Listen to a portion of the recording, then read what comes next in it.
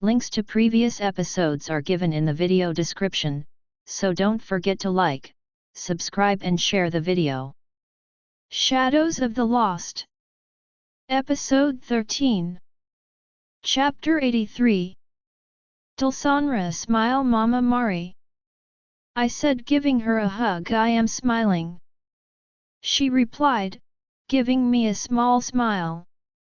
Of everyone she had been the only one with mixed feelings about the outcome. She had been so prepared to meet Papa Raf, it was as if it had been stolen from her. But she had kept busy, and I think it was really helping her. Both Rayon and I had told her to talk to us when she felt down, and I planned to keep on top of it too.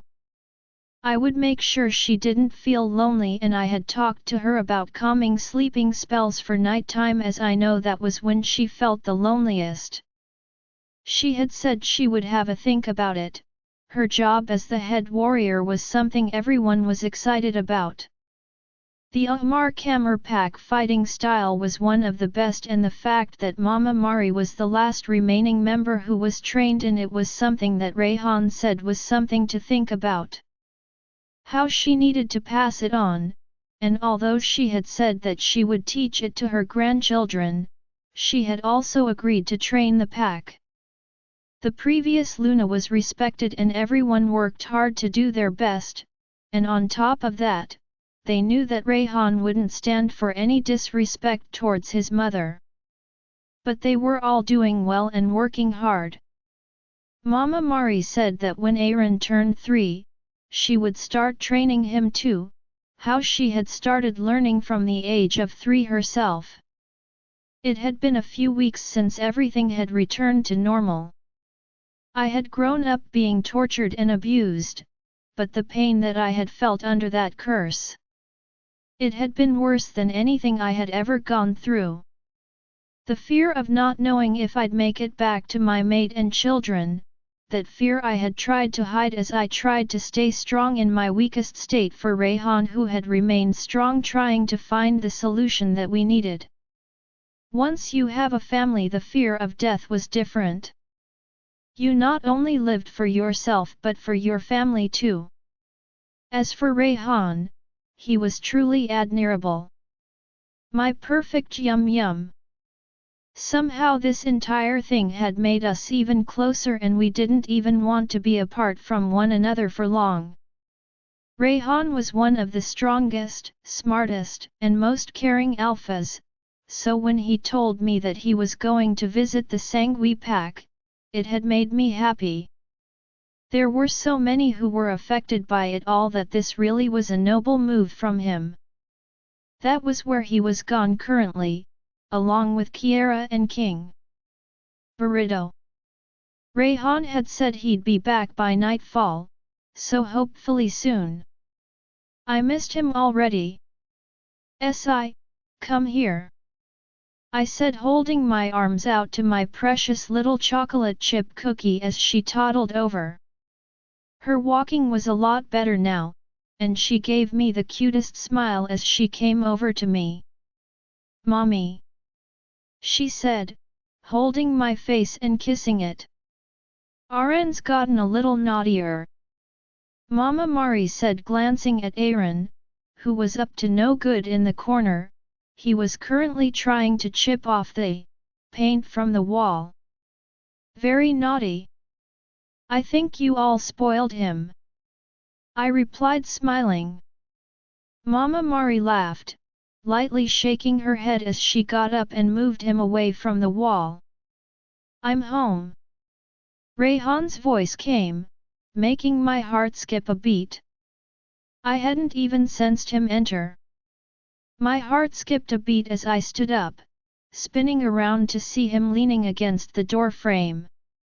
Hands in his pocket, his leather jacket straining on his muscular arms, his hair, which was tied back save a few strands that framed his face, looked so hot. I ran over to him, flinging my arms around his neck. You're home, I whispered before I kissed him. His arms wrapped around me as he pulled me out into the hallway and pushed me up against the wall. Rayon. I think this might be a bit much for Mom and the kids. He whispered sexily. Cupping my thigh and lifting it, pressing it against his waist as he pushed himself against me firmly, making me gasp. His lips met mine in a sensual, erotic kiss, one hand gripping the back of my neck as he slipped his tongue into my mouth. I sighed softly, feeling the electric sparks rush through my body. This was home, in his arms. He let up after a few moments, letting me get the breath I needed. I missed you, kitten. I miss Daddy too. We both froze, as I pushed Rayon away, my cheeks flushing, and his hand slipped out from under my top quicker than lightning. We both looked down at Aaron, who giggled. Did you now? Rayon said, flashing me a smirk before he lifted him up, making our little boy giggle.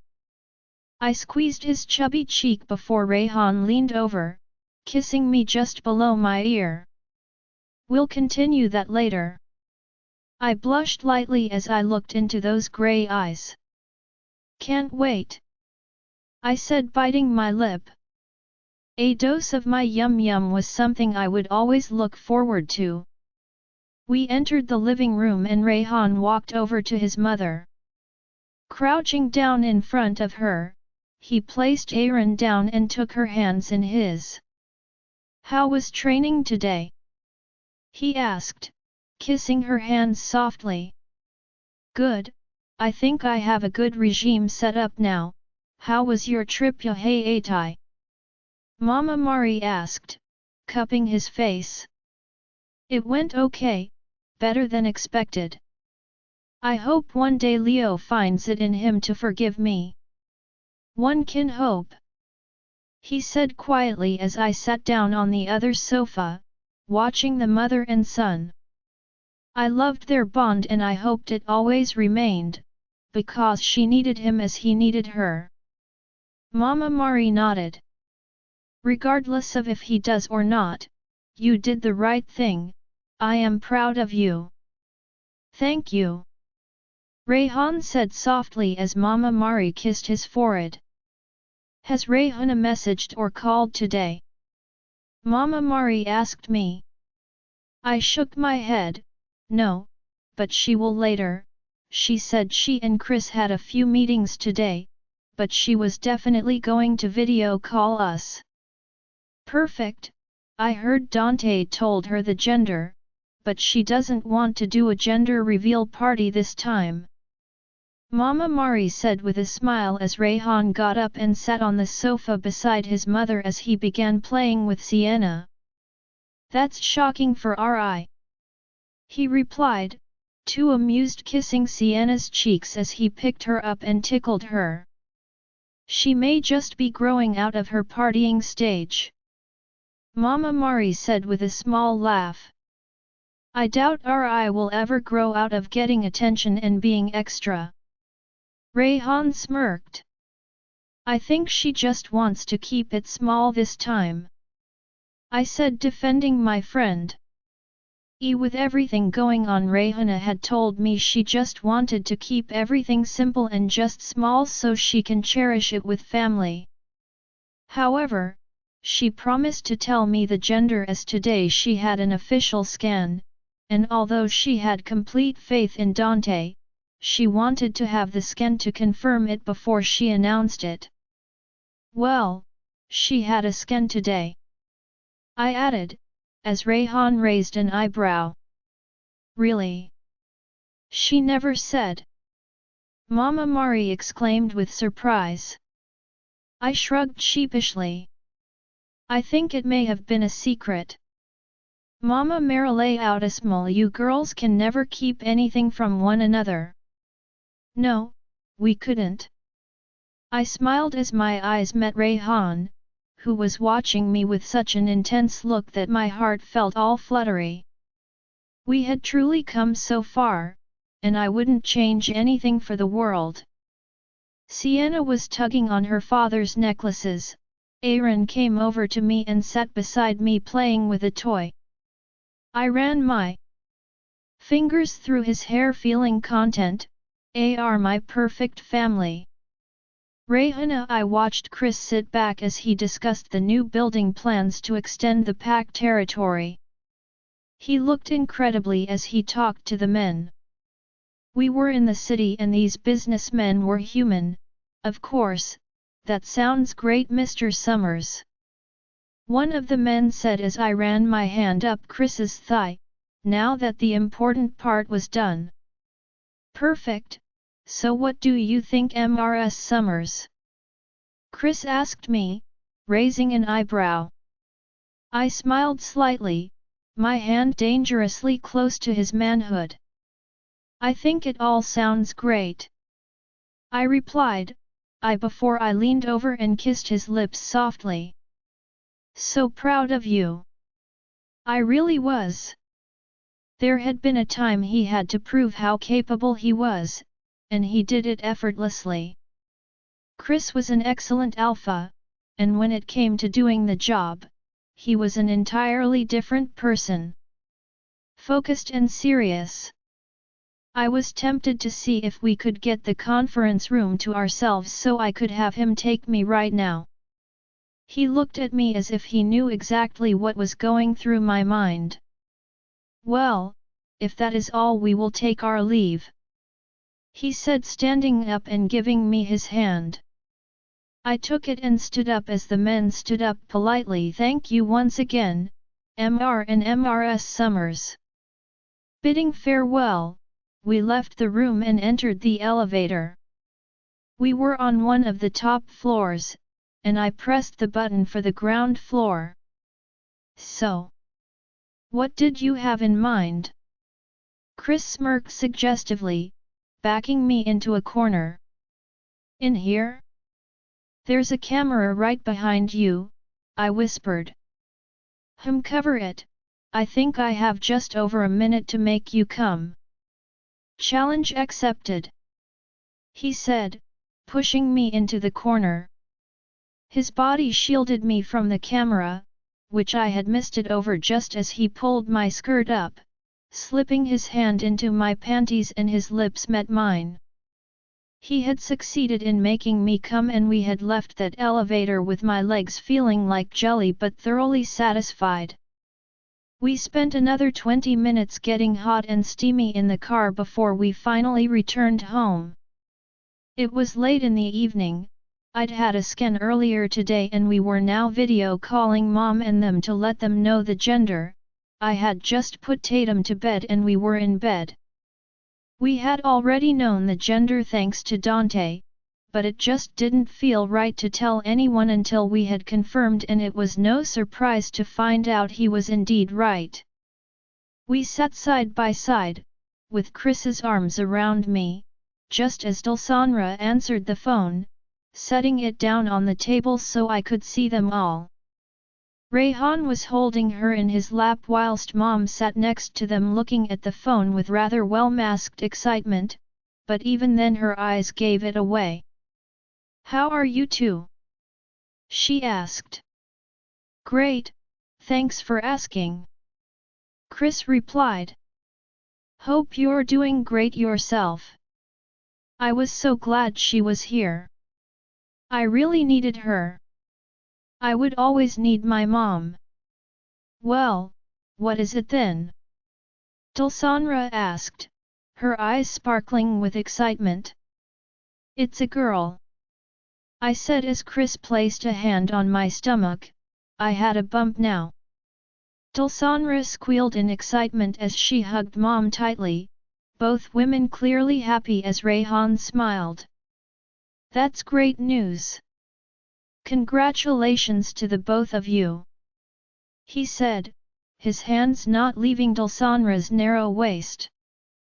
Thanks, and we also had a request, I said, glancing into Chris's green eyes.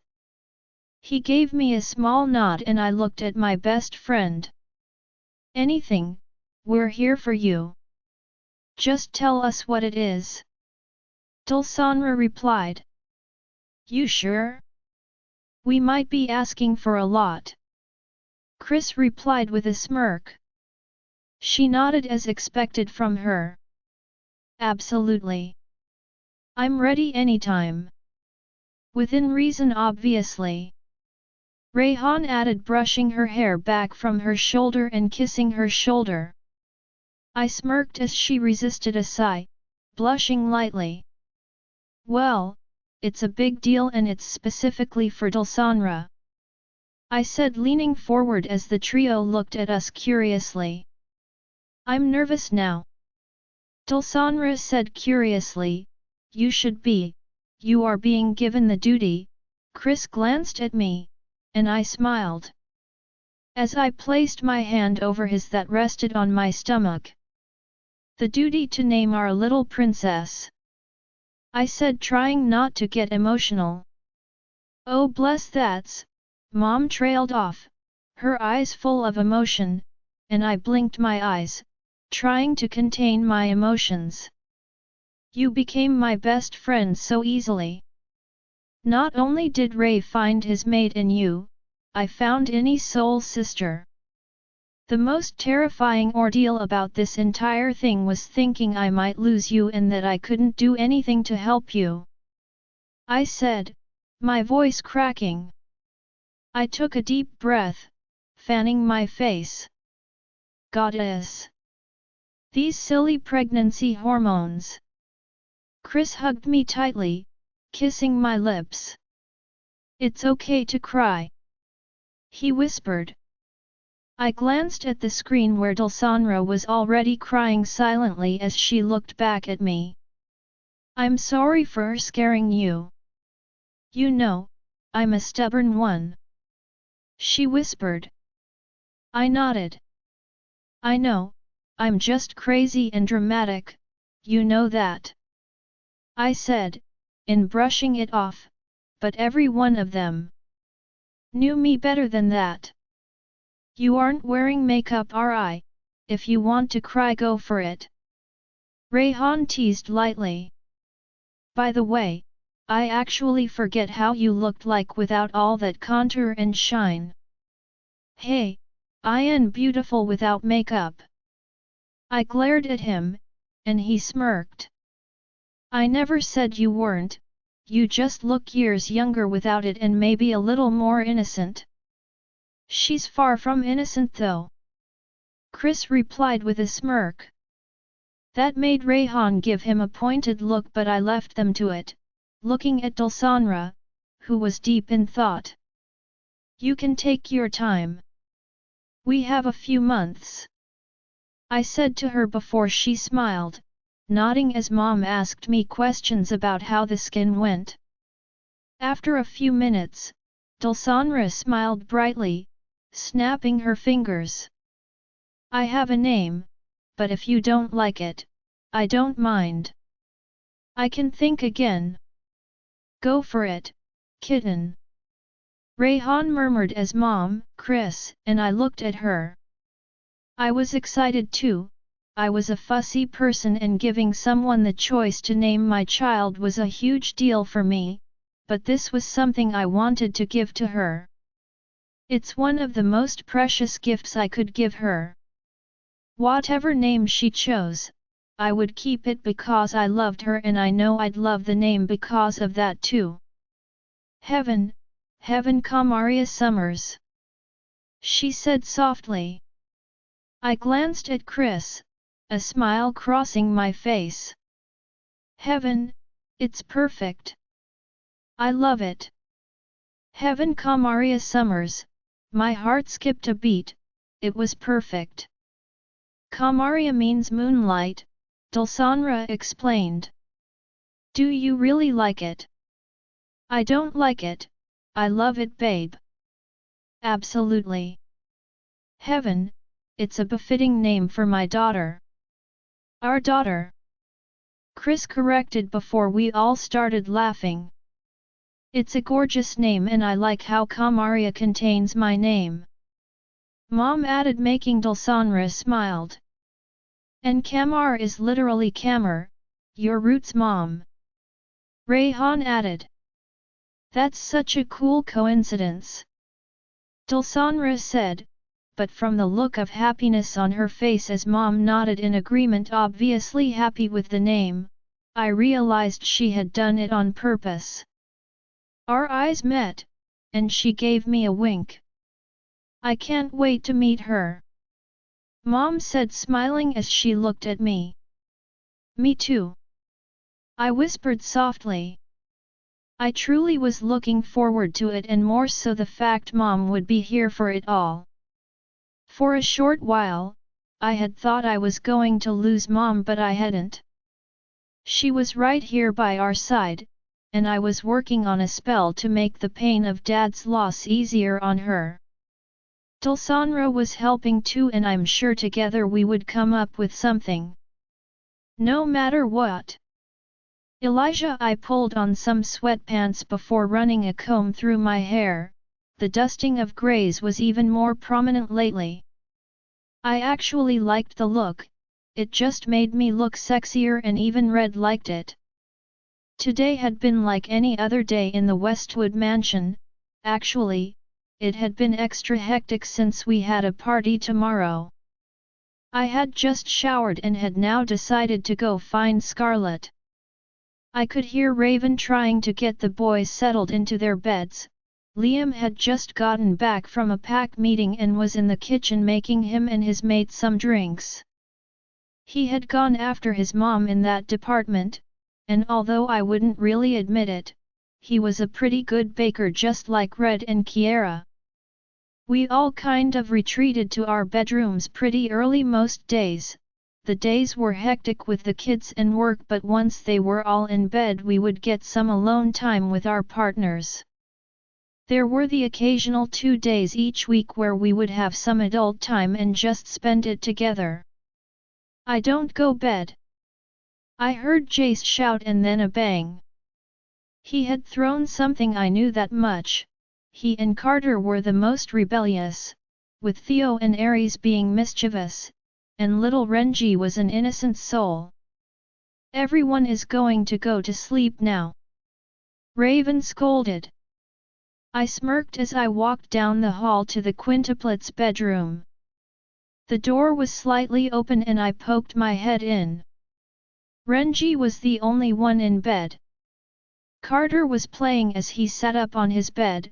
Theo and Aries were trying to escape as Raven was on the floor between their 2 beds making sure they didn't run off, whilst Jace stood arms crossed on the end of his bed throwing toys. I cleared my throat and all 6 pairs of eyes turned to me. Who isn't listening to their mom? Asked, putting on a strict expression. Instantly Theo and Aries settled down whilst Carter carried on playing, but Jace just stood there unhappy. Me? I don't want go bed. Jace, you have to go to bed now, all right? Look, tomorrow you can do whatever you want to. You know tomorrow is Azura's birthday. I said, walking over to him. He frowned at me, and we locked eyes before he turned his back on me and got into bed with a huff. No, my birthday, okay. I smirked, crouching down and pulled his duvet over him. I'm sure Azura can share. I smiled, ruffling his hair. Thanks. Raven said with a grateful smile as she tucked Theo in. I flashed her a smile, thinking she really was an incredible mama. With everything that had happened, she had never once complained that she was tired or anything. Not only had she been there for this pack, but for everyone over at Kiera's pack too. You're really a superwoman, I said to her, making her grin. Thanks. She replied, grinning. She and Liam had a housemaid, for their pups and themselves, but I would miss them the day they left. I knew that time was coming closer because the boys were already getting bigger and there wasn't as much space here anymore. But I would miss it, the crazy mealtime drama, the hustle and bustle of the kids shouting in the halls in morning. I know Liam had said we should move in with them, but this home was something I had built for Scarlett, a place that had far too many memories attached to it. We heard yelling, and both Raven and I exchanged looks. Azura. I stood up quickly as Raven patted Aries, who was startled by the shout. I left the room, closing the door behind me, not wanting them to get rowdy all over again. I headed towards our little wildfire's room. Please, Azura. Scarlett was saying. I knocked lightly on the door before entering. Azura was standing there, dressed in her pajamas, her hair was damp, and she currently had her back to Scarlett, who was crouching on the floor and did her look mighty fine. I bit my lip, taking in how her yoga pants. It was illegal to look that. Are you going to just check out me or will you actually talk to your daughter? I smirked as I entered the room. What's happened? The usual, plus her excitement for tomorrow is sky high. I frowned. Azura had her days where she refused to go to bed. Although both Scarlett and I had considered if there was another factor. However, it was clear our little rebel just liked to play up at times. Usually, something would trigger her during the day and she would then act out by not going to bed in the evening. There were times she got really worked up, to the point where we had talked to the doctors. They had said it was nothing to worry about. Come on Angel, let's get to bed, it's been a long day today, right? Plus tomorrow is a special day, you need to be well rested. I said, crouching down before her. Her eyes saddened as she glanced at her bed. But I want to read. Scarlett raised an eyebrow, and I knew Azura had totally diverted from what she had been demanding from Scarlett. How about you read for half an hour and then go to sleep? Want me to read you a book? I suggested. No, I'll read it myself. She said, pretending to be very sad. No, if you want me to, I can read it to you. I persisted with a smirk. She frowned at me. Dad, no is no, I can read myself. I am not a baby. She pouted before running off and scampering into bed. Scarlett smiled faintly, going over to the bed. We both planted a kiss on her forehead. Good night then, I said, as Scarlett tucked her in. Night night, baby, she said softly. Night night mama, night night daddy, she responded, closing her eyes. I thought she wanted to read a book. This girl really was just a wild one, and one who was really dramatic. Love you, baby, Scarlett said. Love you too, Azura responded, her eyes snapping wide open as she stared at me unblinking. I love you too, even if you are forcing me to go to bed. Punishing me even though it's my birthday, how mean, love you to the moon, I said, tapping her nose. Now don't be dramatic, we want you to sleep so you can enjoy your wild jungle party tomorrow. I cannot. Wait, she shouted, making me flinch, and she burst out laughing as my ears rang with her unexpected shout. Settle down now, Scarlett said, tucking her in again as she pouted before sticking her tongue out at me. I stuck my own out at her, making Scarlett clear her throat and frown at my childishness. I smirked slightly at Scarlett, who simply shook her head at the two of us as she dimmed the light and we walked to the door. I glanced around her room. With each passing year I could see how her choices and preferences changed. Signs that she was growing up and a cold reminder that one day we would have to tell her the truth about her birth. "You're doing it again," Scarlet murmured, placing her hand on my bare chest, sending off dangerous sparks. My eyes flashed as I looked down at her. The urge to pin her up against the wall right now was really tempting. She closed the door quietly and looked up at me with those sage green eyes that I truly loved. "Doing what?" I asked, gripping her waist. "Thinking about it. You know we will need to tell her soon," I said quietly.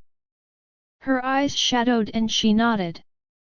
"I know, but she's too little, she's too young yet. She's going to be 9 tomorrow, she's intelligent," I said quietly. She looked down, her chest heaving, and as much as this was hard for me, it was going to be harder for her. "It ain't going to change anything," I said quietly. She looked up at me and I kissed her neck. "It's not going to be easy either," she whispered. "When has anything been easy? But we always deal with it, right? Azura is our daughter, no matter what," I said quietly, pulling her against me. Although Azura knew of Indigo, Scarlet always talked about her and made sure Azura knew about her. She didn't know the truth about her birth. She referred to Indy as Little Mama. It was what Scarlet had made her call her. How she was her little sister who had died a hero. Azuril didn't know who her biological parents were or that she wasn't ours technically. I knew before she turned 10, we needed to tell her. She had a right to know, and I didn't want her to feel bitter or resentful later if we left it too late. Scarlet was about to reply when we heard a door open and shut, then a breathless laugh from Liam. "Liam!" Raven hissed, giggling, and I heard the sound of a slap.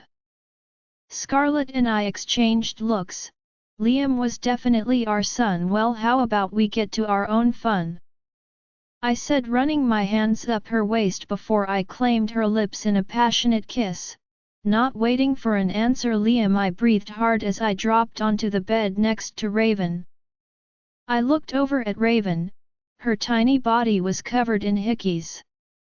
She was the woman I had ever laid my eyes on, and she was mine. I pulled her close, wrapping my arms around her. "I love you, Liam," she murmured, snuggling even closer. "It's been years we've been together, love. I would have thought you'd be used to the size by now." "Yeah, I know, doesn't mean it's getting any smaller." She smirked, locking her arms around my neck as she pushed Mel onto my back and straddled my stomach. My breath hitched as she sat above me, wearing nothing but the marks of our lovemaking. "Tomorrow is going to be wild, hey?" "Yes," she wanted a jungle theme party, and we have everything sorted. Raven smiled. "Thanks for everything you do," I said. She smiled as she wriggled against me. "This is my family too." You know she wants everyone to dress as animals or insects. I raised my eyebrow. "And what are you all going to be? And what is she going to be, dare I ask?" She laughed. "Well, the birthday girl is going as a bat. She wanted the boys to go as puppies. I'm going as a kitty cat and Auntie Red is going as a ladybird." A kitty, something told me Raven was going to look cute at the same time. And how did Dad and I not know about this? "Uncle's going as a pigeon and you are going as a squirrel." Zuzu's orders. "A squirrel, really?" She giggled. "Yes, you and Damon are going as twin squirrels. Don't worry, Robin found you both some outfits. That girl lives to torture me. I groaned. I swear all these women were out to get me at times. Because she loves you, she said softly. Yet, I smirked. Either way, I loved my little sister, even if she did torture me. So I'm assuming Artemis and Asher are puppies too. Yeah, as well as all the other little ones. Raven continued. I watched her, smiling softly, thinking it felt good just to talk about mediocre things without stress and worry on our heads. So tell me, does your outfit involve latex? I asked, grabbing her. She raised an eyebrow. You'll just have to wait and see. You do know this is a kid's party, she whispered, brushing her lips lightly against mine. Well, we can still have fun, I replied suggestively. Tingles of pleasure rushed through me, before she moved back, lifting herself slightly. Life was good. 3 months later. Alejandro. The hum of conversation in the room full of men in suits holding glasses of wine only made me want to leave. I pulled at my tie, wanting to toss it aside. If it wasn't for how important this conference was, I wouldn't be here to begin with. Oh, and the fact that I called for it. I looked over at Kiera, who was wearing all white, looking fine as she talked to Dulsanra, a hand resting on her baby bump. A bump that had grown over the last few months. She was glowing, the light that she always seemed to hold showed on her face, and that small smile that I loved so much played on her lips as she talked. Her sandy brown hair was coiled up into an elegant bun on top of her head. Our pup. We had decided not to find out the gender this time, deciding on keeping it a surprise. I knew this was going to be the last, so I made sure I spent as much time by her side as possible, enjoying these fleeting moments and treating her like the queen she is. It's almost time, King Alejandro. One of the men who had organized the event said as he bent down next to me. I gave a curt nod before looking across at Rayon. He was wearing a suit, his hair back in a bun, but unlike me, he was at complete ease in this environment, talking business, stocks, and investments. How did RAF and Maria raise the perfect son who was so good at all this shit as well? More so, how did he get time to do all this boring shit as well as run a pack? I hated meetings, I hated ties, and I hated being restricted to one seat for hours. Businessmen. It reminded me of school, and I hated school. Why did we go to school for? I learned nothing. Rayon saw me watching and turned, raising one of his brows at me. Want to say something? He asked. No, I almost growled, making both Dulsanra and Kiera glance at me.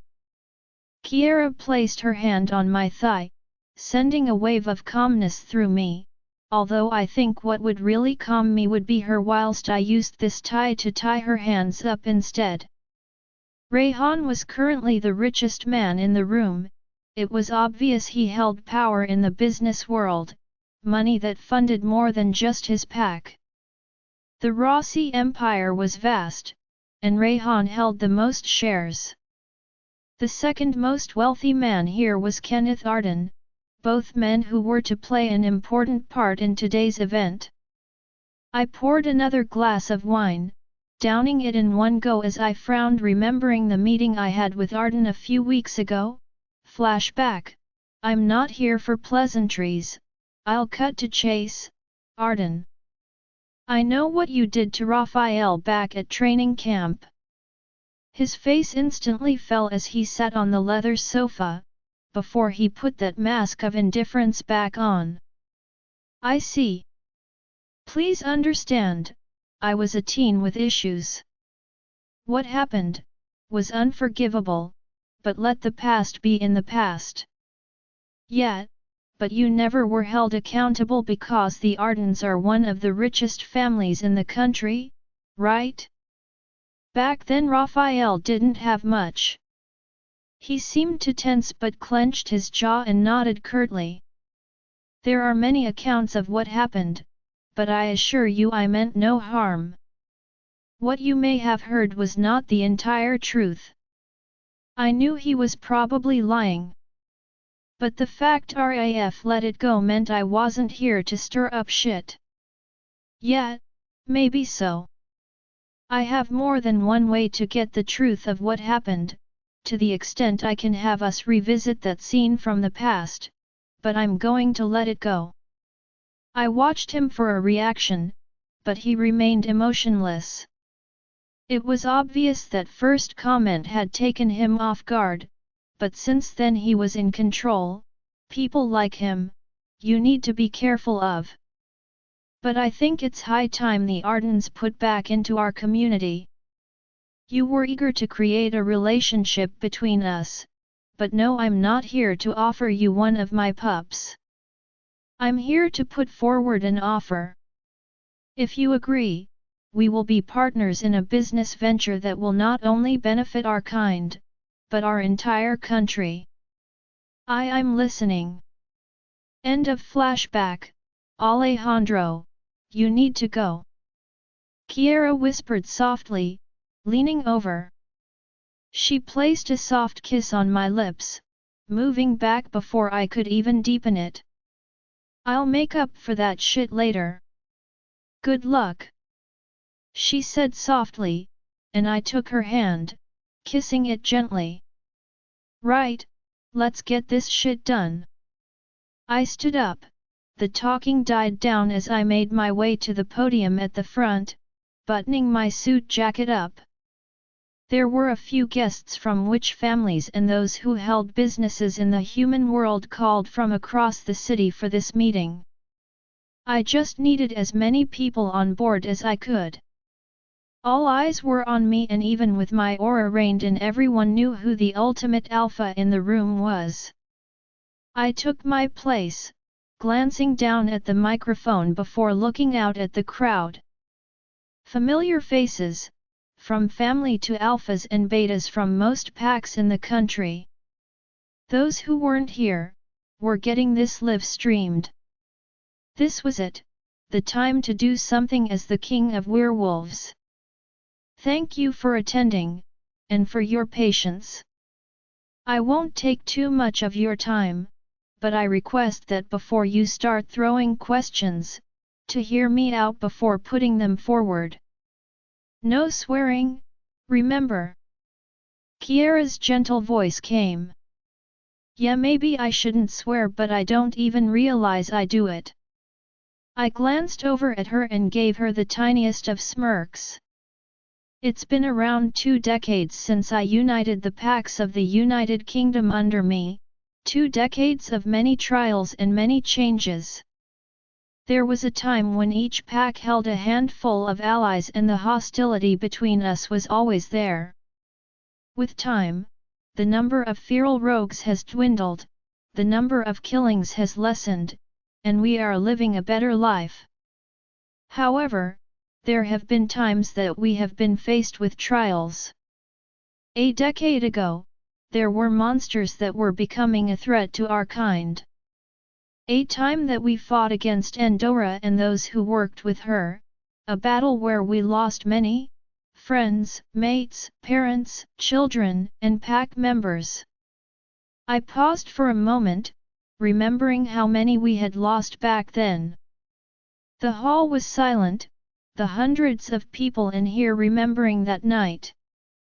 Even if they hadn't been a part of it, or if they had been lucky enough not to lose someone, there was still someone or other they knew who had been affected by it back then. Many of us united to fight that threat, but that time made the hatred towards witches rise. A race that we were enemies with to start with. Yet let's not forget that my so-called mother was a witch too. Her blood runs in my veins no matter how much I hate her. Witches. It was a witch who told us where Endora's attack was to take place. It was only because of her help that we were prepared. A few years passed and some witches went on to work undercover with the hunters to try to destroy us. However, it was also witches who stood by our side. I could see the frowns on many faces. The tension in the witch kind was present as they listened to me. The men frowning deeply, and the women tensed. Some were on edge as if they may need to use their abilities. A few months ago, a mistake made by my ancestors came back for revenge. In the form of a devil from, and once again witch stood by our side. Without them, we may have had many more deaths, but it's a two-way thing. We gave them the security that they can live their lives without the fear of being hunted. There is evil in every race, and there is good. Witches, werewolves and whatever else is out there. I'm sure there is always going to be more good to outweigh the evil. This was the part that I needed to relay to them. I also hoped wherever he was, that Leo was watching this. I'm not good with words, and I'm not the perfect king. I'm trying, but even then I've still made mistakes. I'm learning with every passing day to be better. To do better for my people and for all species around us. I want to create a world where we can live in peace and openly. To get rid of the stigma and fear of other species. I want to abolish the alpha training regime, because in this day and age, are we really only training our sons? I saw the elder alphas exchange looks, but before they even tried to protest, I raised my hand, letting my aura roll off me. Why? Why do only the men get this training when one of the strongest and most incredible alphas of our time is a female? I glanced at Scarlet, who looked surprised for a split second before masking it and smiling faintly. Why are we ranked? Alphas, betas, deltas, warriors, omegas. From this day forth I'm abolishing the rank system that has been in place for centuries. No one will be forced to stay in the rank they are born into. If an Omega rank wolf wants to become a warrior, then they can. Same with the positions of Beta and Deltas. It should go to the most capable in the pack, not by birthright. These are rules that are already held in my pack, but one pack doing this isn't enough. We all knew my pack was different. Rayon was of alpha blood himself. As for alphas, alpha wolves are different, leaders that are needed to look out for their packs. However, I don't want everyone to only consider their firstborn son to be of the position but the one who is most capable. Whether it is a female or male, our gender shouldn't decide our future. I glanced at Kiera as she smiled at me proudly. I knew this would really rile everyone up, and I could see the uncertainty spreading through many, yet it was obvious those who felt entitled to the positions were most worried. We have two alphas who were not born to the position, Damon Nicholson and Chris Summers. Both who have proven far more efficient than many other born from alpha blood. As time passes, our kind will only grow in number. We need to break away from the age-old rules and start to do what's best for our packs. I took a moment's pause before continuing. As for those worried about the abolishment of alpha training, there will still be training. I mean, we can never rule out another threat. Who knows what we may have to face in the future?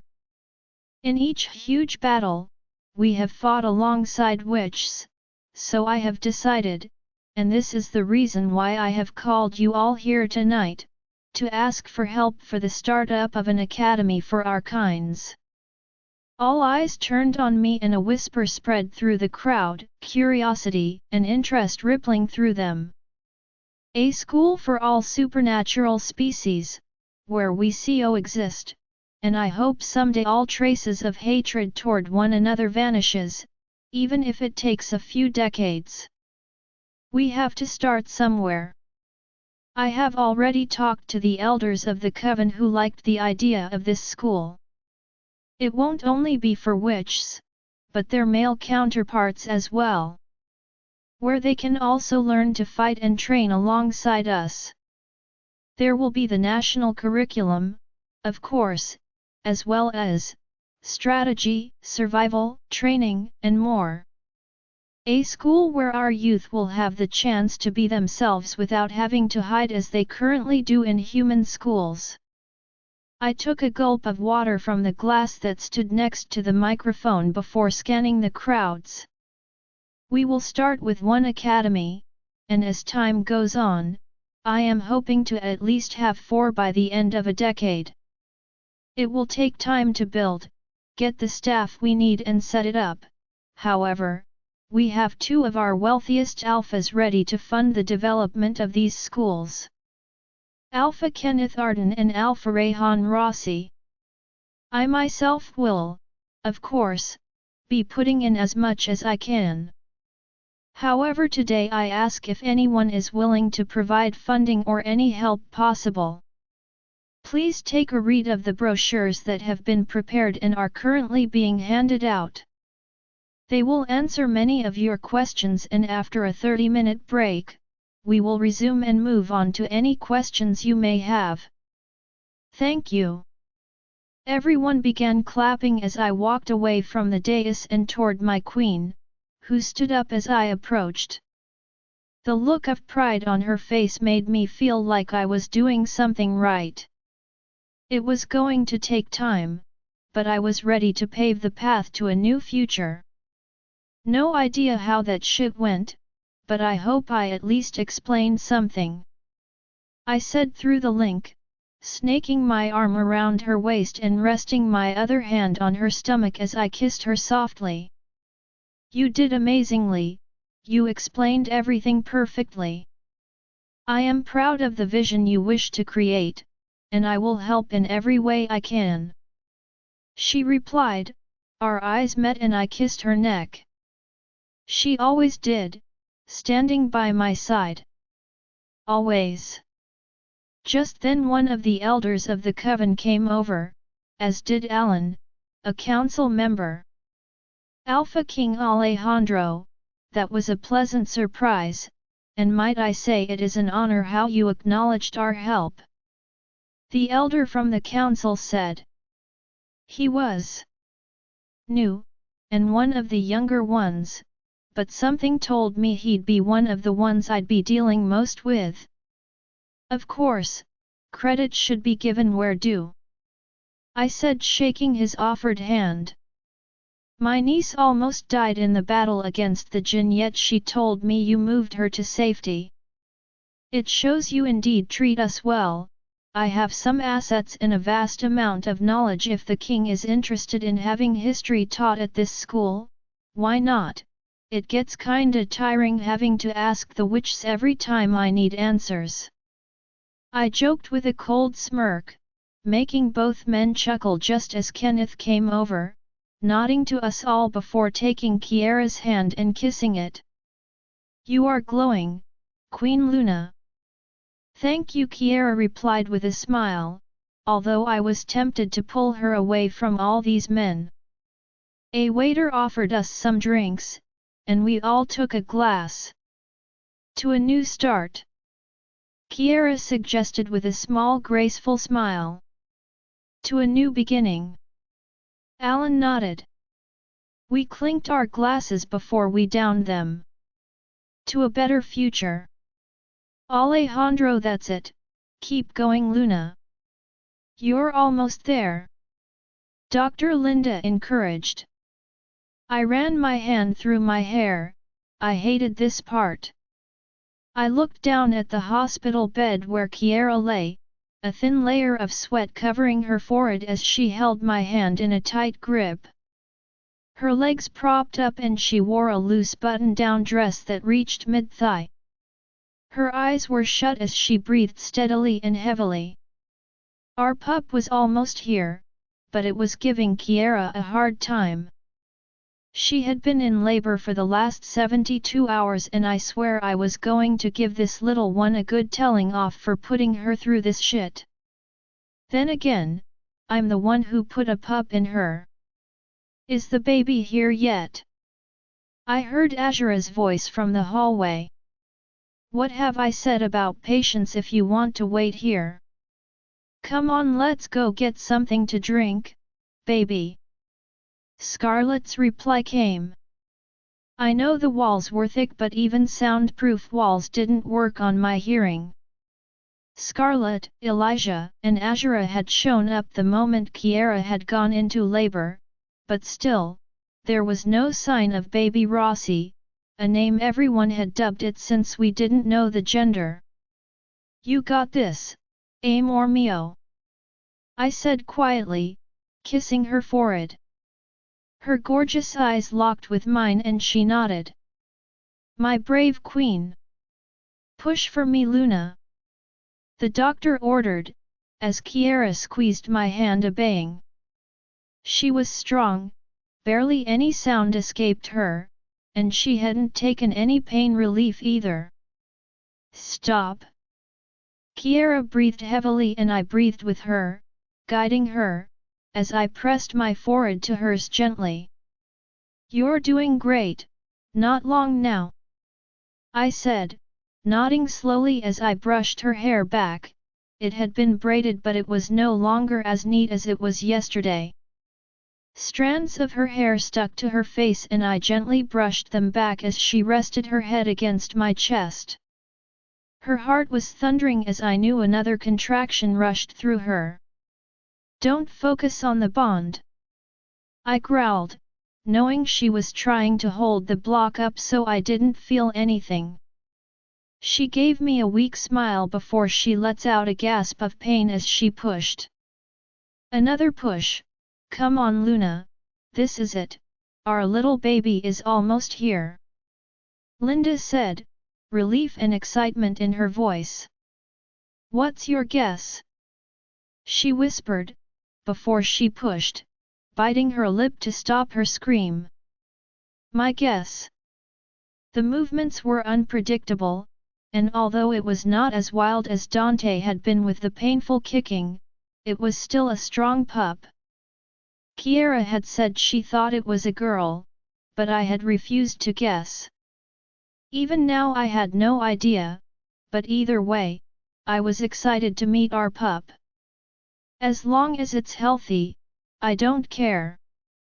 I said, kissing her lips softly as she let out a soft scream and pushed with all her might. Her face was scrunched up, but I could tell it was close. The head's out. My, that's a lot of hair. Linda said. Push. I am. Kiera replied breathlessly as she focused on the doctor. My own heart was beating, the moment to meet our pup was here. I couldn't explain it. No matter if it was the first or third time, it still filled me with nervousness. Would I have a prince or another princess? Kiera let out a whimper of pain and I crouched down by the bed, caressing her forehead, holding her hand that gripped mine to my chest. You got this, amor mio, our pup's almost here. You are a queen and you are doing incredibly. I murmured, wishing I could take her pain from her. 2 pushes later, her eyes flashed purple and she let out a gasp as our pup's cry filled the room. My heart thundered as I looked into Kiera's gorgeous eyes, before turning to the doctor. Congratulations, Alpha, Luna, it's a beautiful baby girl. I closed my eyes, a strong surge of happiness filling me as Kiera let out a weak laugh. Girl, I was right. She murmured as I kissed her shoulder, standing up and hugging her tightly. You did it, you're incredible. I murmured before moving back as Linda passed our princess to Kiara, who pulled open a few buttons of her dress and rested our pup against her chest. Thank that's over, I said, kissing Kiara's forehead before turning my attention to our little pup. A head full of dark hair greeted me before she turned her head up and stared at her mama. A cute button nose, plump lips, and big innocent eyes. I don't think I can tell her off for causing you so much pain, I muttered, making Kiara giggle before she kissed our pup once more. Of course not, look at that face, she looks like you. She didn't. She's too cute. It's a girl, I said through the link to Elijah and Rayon, knowing they'll pass the message on to all our family and to the pack. Linda cut the cord before she looked between us. Excuse me, I will give you both a little while, she said, leaving us alone with our pup, unable to hide the smile on her face. The entire pack will party in celebration of the birth of our new pup. Kiara scooted over a little, and I sat down next to her, wrapping my arm around her as I half lay next to her. Have you told anyone? She asked. I nodded. Yeah, think everyone's been on edge waiting for this news. I'm proud of you, amor mio. She looked up at me, kissing me softly. Thank you, for giving me this little angel, she whispered. Well, it was fun to make her. I shrugged, making Kiara laugh. So, name? You said if it was a boy I got to name him and if it was a girl, you got to name her. Wait, did Dante tell you it was going to be a girl? No, I didn't ask him. She smiled. But I have a name. If you trust me, I would like to keep it for her. I trust you with everything. Go for it, you carried her and went through the pain of birthing her, you deserve to name her. I said, kissing my pup's head. She wriggled. Look how she was looking at me with those innocent eyes of hers. Al, you're frowning at her. She'll get scared. Kiara scolded lightly. She's a Rossi, she won't. I smirked, bending down and kissing her chubby cheek. So, what's her name? Alessandra Rossi. My heart skipped a beat as I looked at Kiara in surprise. She smiled softly, giving me a small nod, knowing I had clicked on a derivation of my name. And it couldn't be more fitting because she looks just like her namesake. She said softly. I looked down at our pup, unable to say anything. The emotions were making me go blank. I think her emotions were seeping through the bond, 'cause I don't get this emotional, right? Yeah, they were hers, I ain't this soft. Do you like it? She asked, making me look at her, trying to make sense of the influx of emotions that consumed me. Yeah, it's. Do I really deserve to have a pup named after me? I asked quietly. Her eyes glittered with tears as her smile faded away. Don't cry. I didn't mean to make you cry, I said, brushing the first of her tears away. Then don't ever ask, do you deserve it or not? She is lucky to be named after a true king in all aspects, and even luckier to have you as her father, she said. I love you, Alejandro, and please, never ever think you don't deserve anything. You are one of the most incredible beings I know. Yeah, well, thanks to you. I won't, okay? I said, wrapping my arm around her shoulder tighter.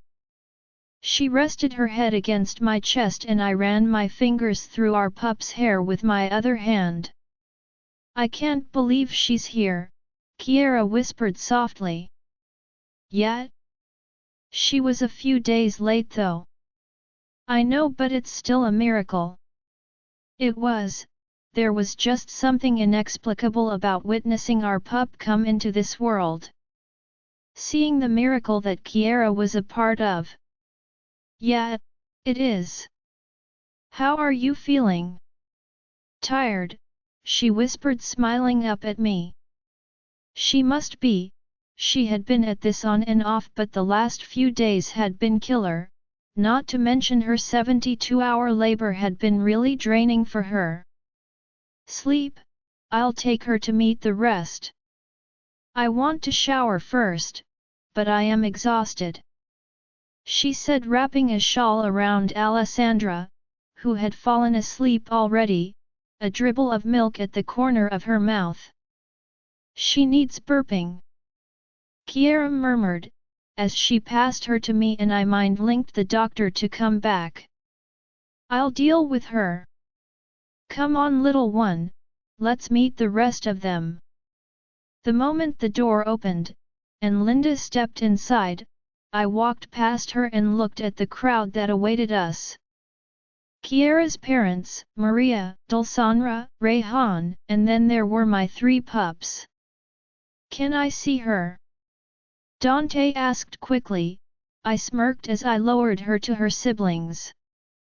Catalia and Skyla rushed forward as well, excitement clear in their faces. Oh, she's so cute!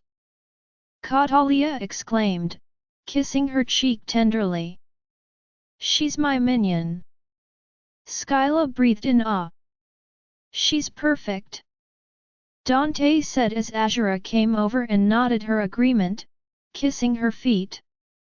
I have such a beautiful niece, she said, sounding way older than she was. You made a cute baby, Alejandro, well done. Her words made everyone laugh and I smirked at her. Thanks, kid. Here you go, another granddaughter for you, I said, holding her out to Elijah with a smirk. Before he could even take her, Scarlet stepped forward, quickly taking her from me as Elijah smiled, looking down at her. She's beautiful, have you got a name yet? Scarlet asked, kissing the baby as Dulsanra and Maria gathered around her. Alessandra, I said gruffly. As expected, now all eyes turned on me, and I glared back. I didn't choose it, Kiera did. It's perfect, Maria said softly. I like it too, Azura added. I smirked, ruffling her hair as she kissed Alessandra's hand. I'm your auntie, and us A girls stick together, okay? Rayon is on her way. Rayon smirked just as I heard the sound of heels. I want to see my baby cousin, she said with excitement, holding her own baby, who was 6 weeks old, in her arms. Maria took heaven from her as Rayon scooped Alessandra away from Scarlet. Everyone began gushing over her again and I glanced over at Heaven, who was eating her hand contently. She was a cutie, with light brown hair and brown eyes. I glanced back at the open door wanting to see my queen again. She's not wearing a nappy, I'll clean her up myself once they weigh her and do the checks, Scarlet was saying. Raven and Liam are on the way too, Rayon added. I zoned them out, simply watching them all talk and chatter. Catalia was improving a little, although she still wore the necklace at all times, she carried her teddy less. Although she still tried doing everything with one hand. Dulsanra was working with her, but it was going to take time. I glanced back at the door to the room as Scarlet stepped forward. How is she? Tired but good, she went to shower. I told her with a jerk of my head. Scarlett nodded and I realized she needed to see her daughter, so when I heard Kiara emerge, I motioned for her to go in. She's out, go. She gave me a grateful smile as she hurried inside. Kiara, congratulations my baby. Mom, she's beautiful. I'm so proud of you. I leaned against the wall, giving them some space as Elijah stepped up, leaning against the wall next to me. Still feels surreal, right? Yeah, can't believe I'm a dad of 4 now. I crossed my arms, looking at my little one in Rayhan's arms as Dulsanra whispered something in baby talk to her. Yeah, you beat me, now don't go making my daughter go through that again. Besides, you ain't young anymore. He said and I smirked. Do you really want me to answer that? Asked. No, Elijah replied, and although we didn't bother turning, I could feel 2 pairs of eyes were watching us, my own green-eyed Lucifer incarnate and the Westwood Devil. Good. I remarked, about to reach for a cigarette before I decided against it. After a few more minutes I knocked and Kiara told us to enter. The kids ran in first, hugging her. Linda had gotten the room cleaned up and the sheets changed. Mama, are you okay? Katalia asked softly. I'm perfectly fine, my baby. Kiara responded, kissing and hugging them all. I heard Dulsanra whisper a spell before she hugged Kiara and I knew she was healing her. One by one, they congratulated her. I gave them space, although all I wanted was to hold my queen in my arms. I watched as Elijah stroked her hair. It made me think that one day, my girls would have their own mates. How was I going to deal with that shit? Whoever my girls were mated to, better treat them right or I swear, I'll destroy them. An hour had passed, and although Kiara had wanted to rest, everyone was too excited. Finally Scarlett had to firmly get everyone to leave, telling Kiara, who had just finished feeding Alessandra, to get some rest. It was finally just the 3 of us in the now dimly lit room. I'm sorry you didn't get to rest, I said quietly. Kiara yawned as she stretched, making her shirt strain against her. It's fine, Dulsanra healed me, so I feel so much better, she said, yawning again. But you need sleep, you've not slept properly in 3 days. She nodded before scooting over on the bed. Then come hold me so I can sleep, I've missed having you pressed against me fully. I smirked, I missed that too, although I had enough fun either way. I slid into the sheets beside her and lifted her head onto my arm as I pulled her close. I love you, amor mio. I love you too, my love. As much as I could talk to her forever, I needed her to get some rest. Sleep, I said huskily as I claimed her lips in a deep kiss. She agreed, her eyes fluttering shut as she kissed me softly, before snuggling firmly against me. Although I knew I'll have a hard-on despite the lack of sleep, I was just glad the labor was over, and our little princess was by our side. Welcome to the family, little one. Kiara just over 1 year later. It was New Year's Eve and we had all been invited to the Blood Moon Pack this year. Maria, Del, R.I., and everyone was here. This year, although we were having a huge party with the 2 packs tomorrow, today was just a smaller group which included the Beta and Delta families of the Blood Moon and the Blue Moon. It was now evening and me, Del, R.I., Raven, Robin and Taylor were in the kitchen at Mom's. Dinner had been prepared by Mom, Auntie Monica, and Maria, so us six were responsible for the desserts. We'd had a late lunch and the kids had an early dinner before they had taken naps as the older ones wanted to stay awake for the fireworks. As for Asher, Sienna, Alessandra, and Heaven, they would be put to bed before midnight with Rayon saying magic would keep their rooms totally soundproof from the sound of fireworks. "Daddy, can I have another cookie?" Chase, Taylor, and Zach's 3-year-old son, asked. "Not now, okay," Auntie Raven says no. Taylor responded, making Raven narrow her eyes at him. "I never said that. Here you go." She took one as Taylor pouted at her, before Chase chuckled and ran off.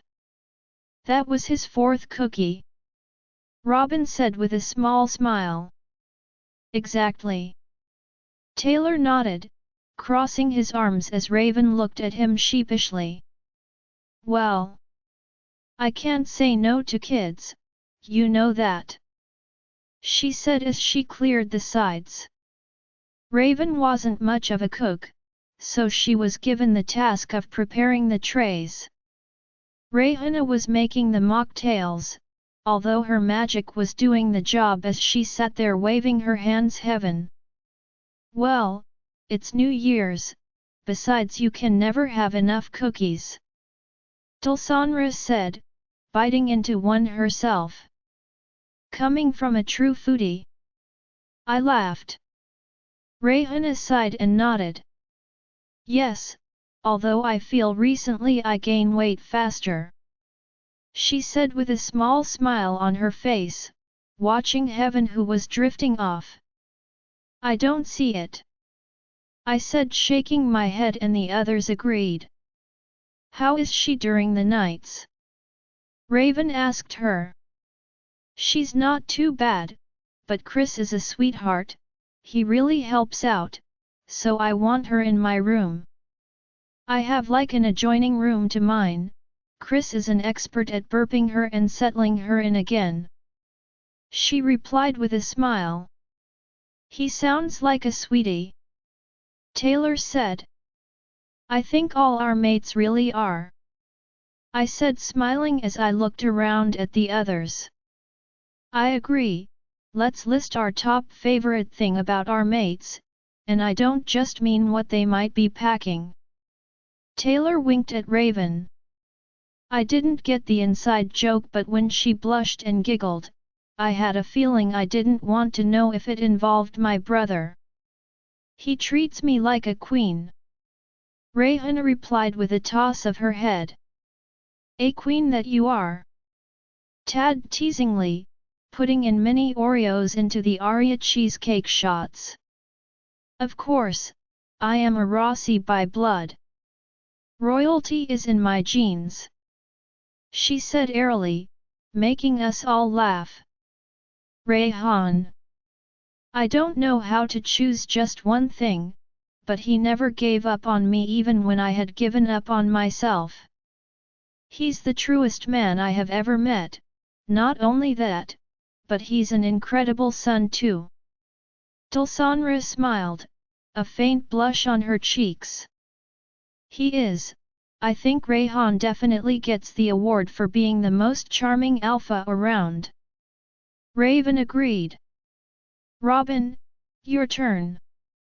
"Damon's kindness, he always puts others before him, and he has a heart of gold." I nodded, I agreed with that one too.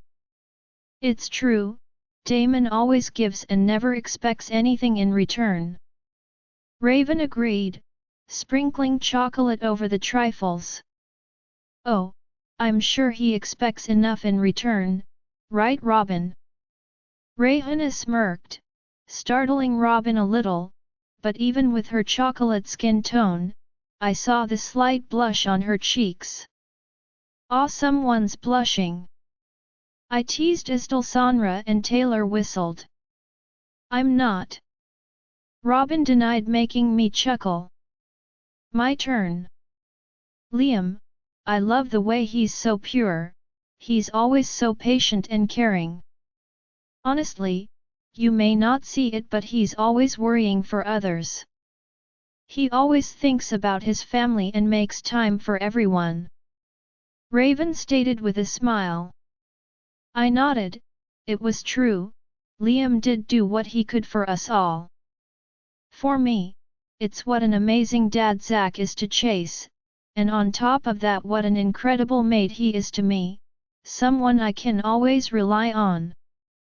Taylor added, smiling faintly. Ah! Raven said, hugging him. You're getting emotional. I'm not. Taylor said, hugging her back. So what about our queen's mate? My mate, my king, my Alejandro. His heart. Alejandro always cares for others, and he never expects credit for it. He doesn't even see how much he does or how much he cares. He does everything from the heart. He's perfect. I said softly, my heart skipping a beat at the thought of him. That's sweet, you two are an amazing couple. Robin said with a small smile as the rest nodded their agreement. A very hot couple too. Taylor added, making me smile slightly. I guess so. Mama. I turned, seeing Catalia standing in the doorway. 1 year on, her heart wasn't healed but her smile had returned to her face.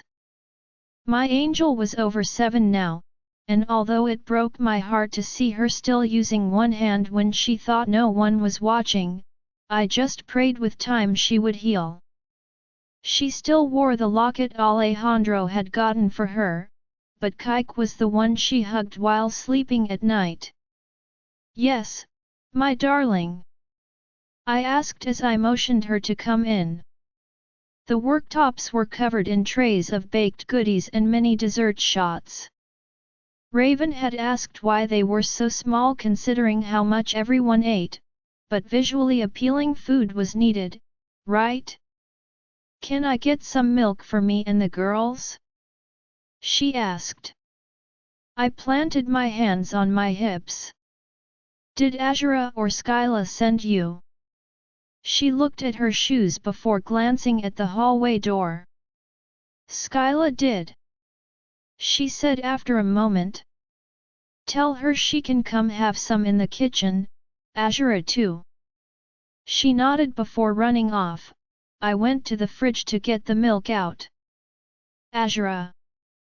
Mom and Dad had told her the truth about her birth a few weeks ago and she didn't seem bothered. In fact, she had asked why it was necessary to tell her when she was still their favorite daughter either way. Mom was worried about her reaction, saying she feared she'd keep stuff inside. Although she didn't say it out loud, I knew she meant like Auntie Indy keeping her troubles inside. Mom had made it clear to her that if she ever wanted to know more or had questions, she and Dad were there to explain and answer them for her. However, Azura didn't change, being the same firework as always.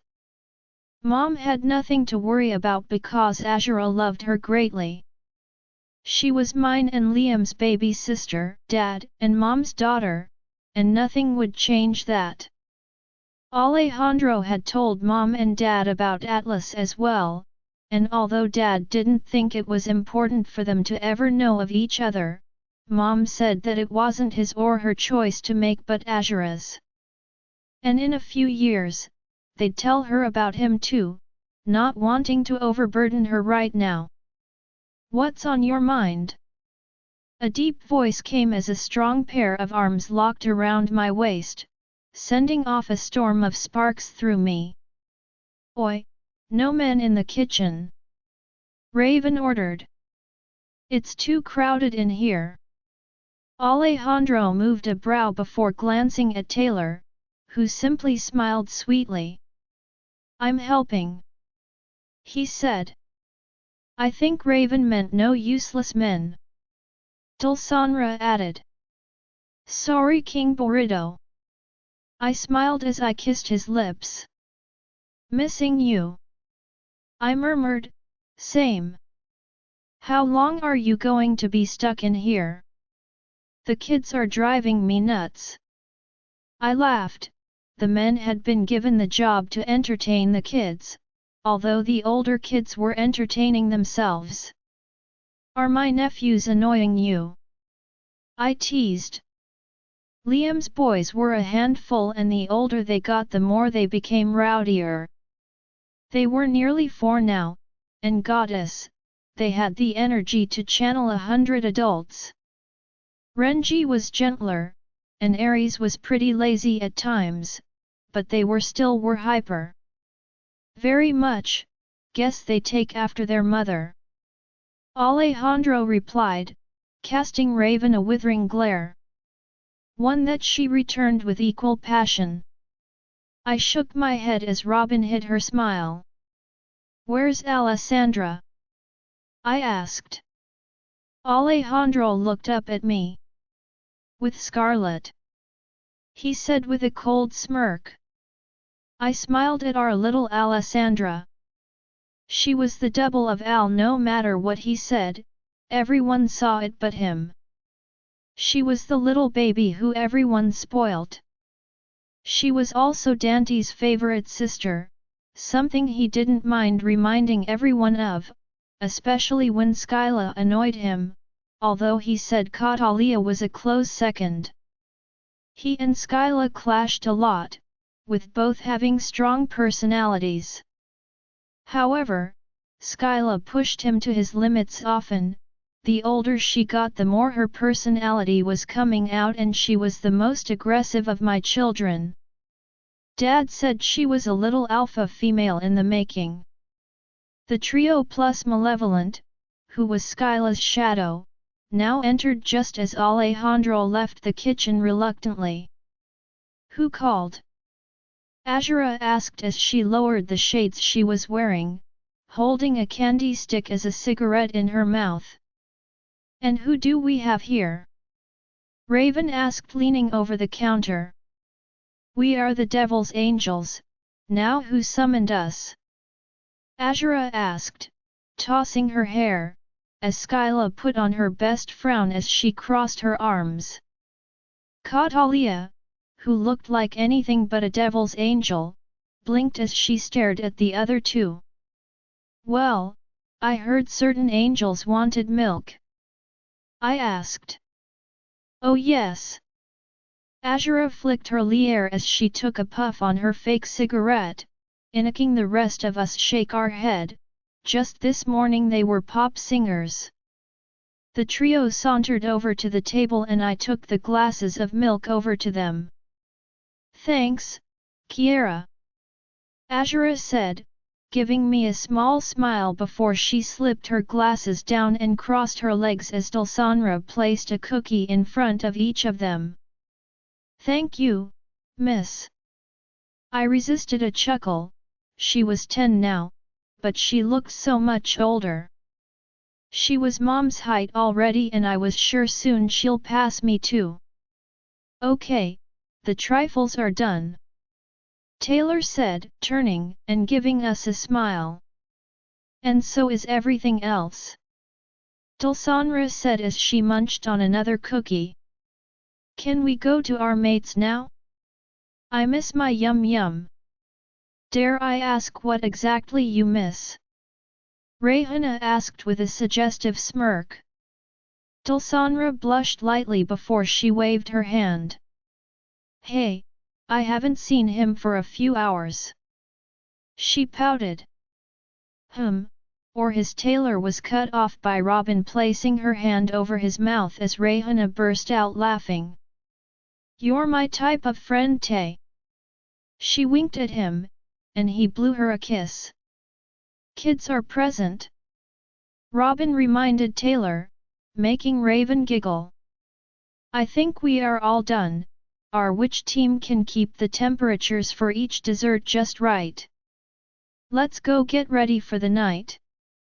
I said, running my hand through my hair.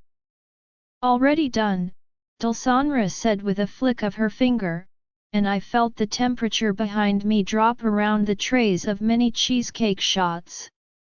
My favorite part.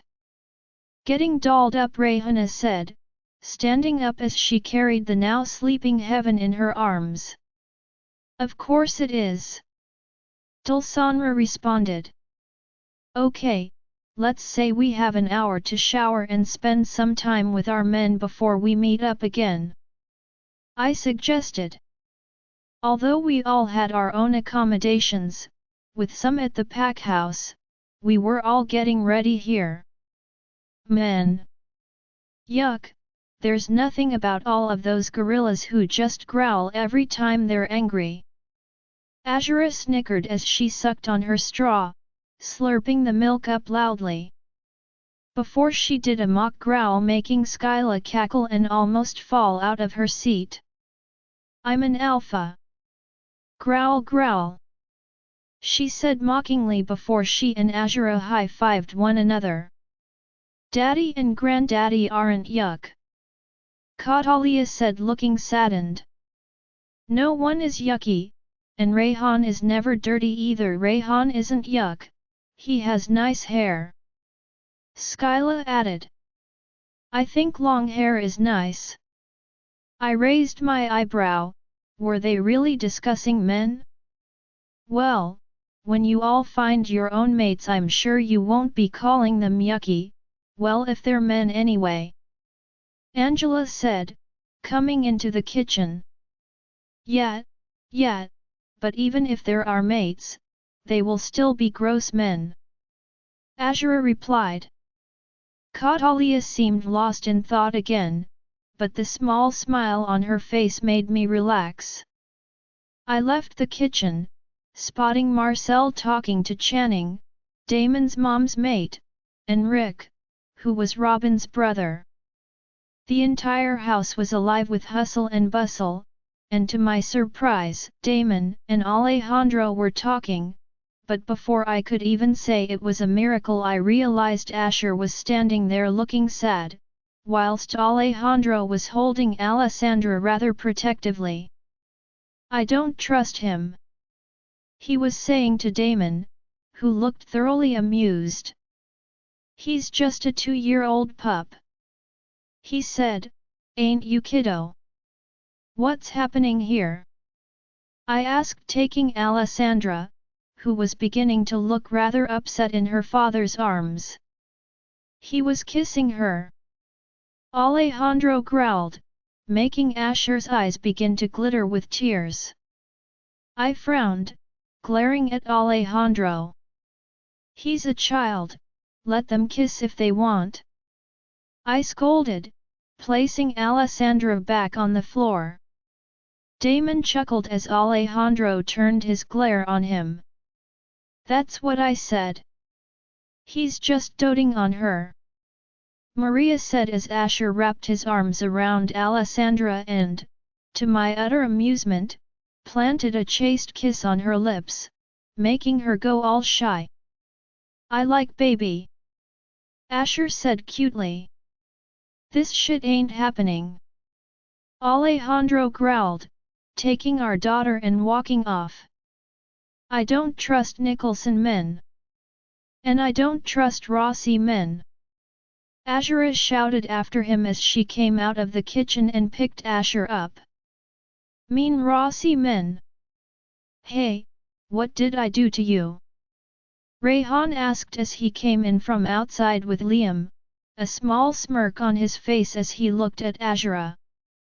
You are the only Rossi man that I actually don't mind. Azura said, giving him a wink before she walked off with Asher. Ouch, that hurt. Marcel joked, placing a hand on his chest, making a few of us chuckle. What did we just miss? Liam asked, wrapping his arms around Raven and kissing her neck. You don't want to know, babe. She responded as he lifted her up to kiss her lips. I smiled as I shook my head, watching as Dulsanra and Robin went to their respective mates. Damon pulled Robin against him and kissed her softly, as Rayon kissed Dulsanra's hand before pulling her close and claiming her lips in a passionate kiss. Yes, every couple was perfect. I glanced back at Taylor and Rayhana. No really, what did I miss? Taylor asked, having stepped out of the kitchen too late to see what had happened. Not much, just a Rossi behaving in a very typical Rossi way. I said with a small laugh as I decided to go after my stubborn protective mate. Scarlet, I looked in the mirror, applying my trademark red lipstick. Years had passed but some things never changed, like my love for the color red. I was wearing a sequined black dress that reached the ground, the sequins bleeding into a deep red from the knee downwards. There was also a thigh-high slit on the left.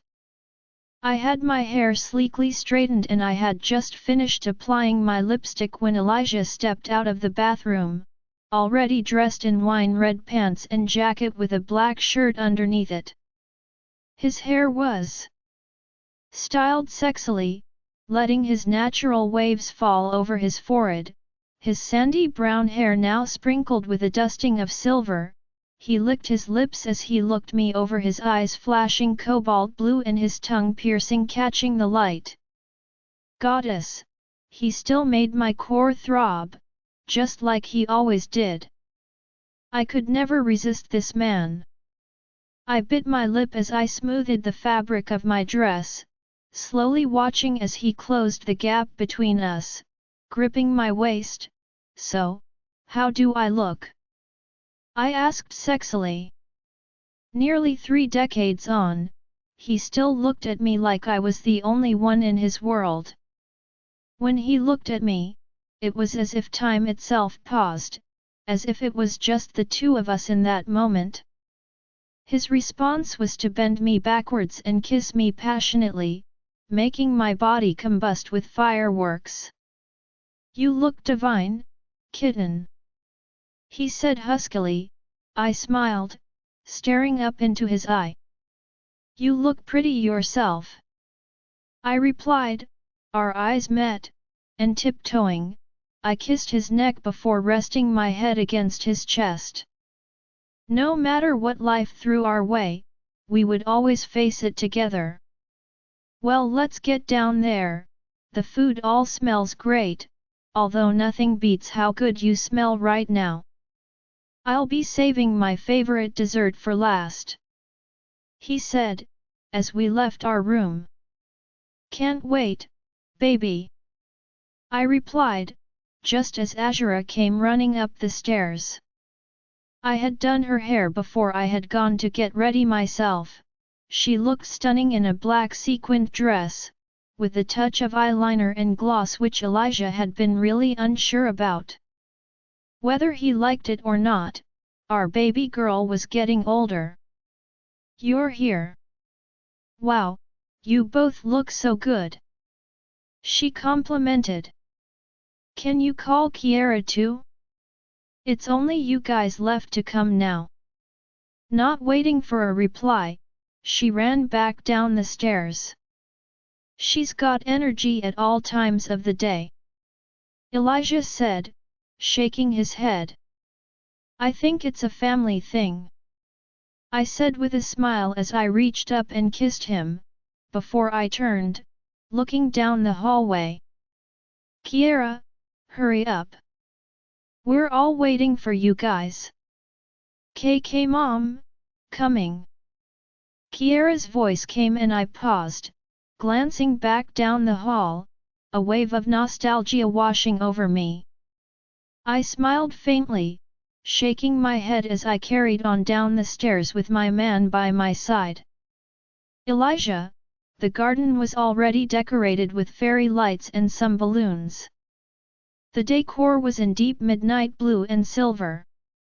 The tables were all covered in midnight blue cloths, with silver confetti decorating them.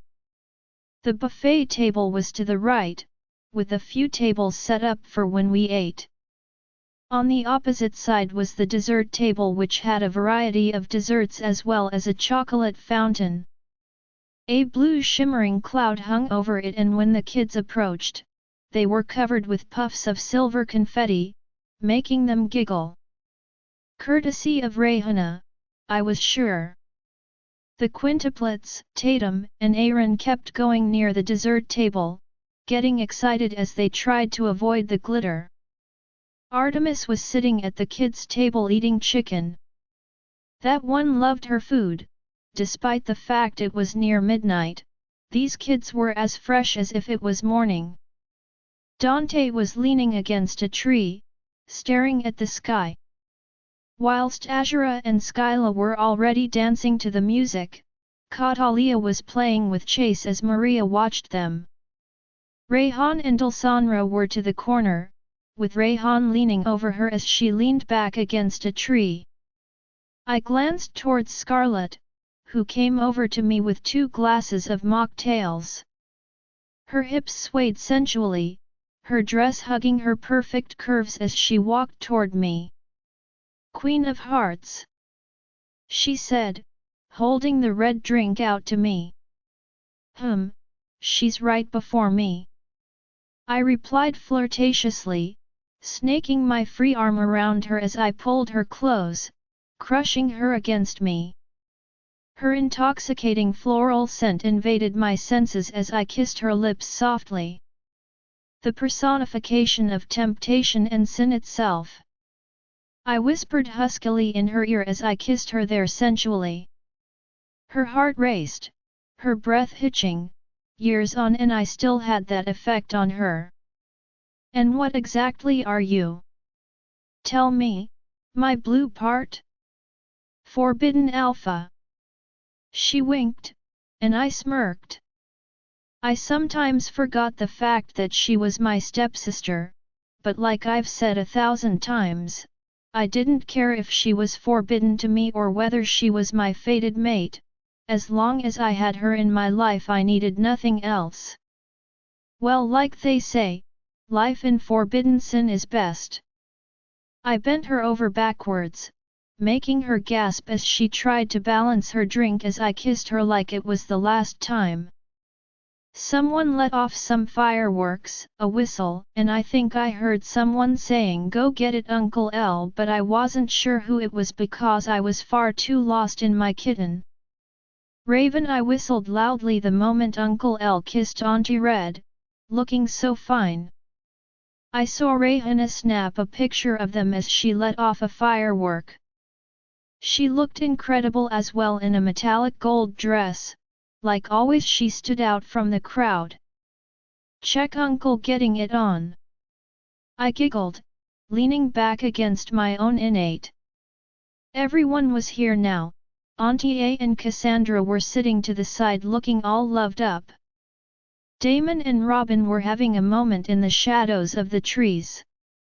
Auntie M and Channing were playing with Artemis and Asher.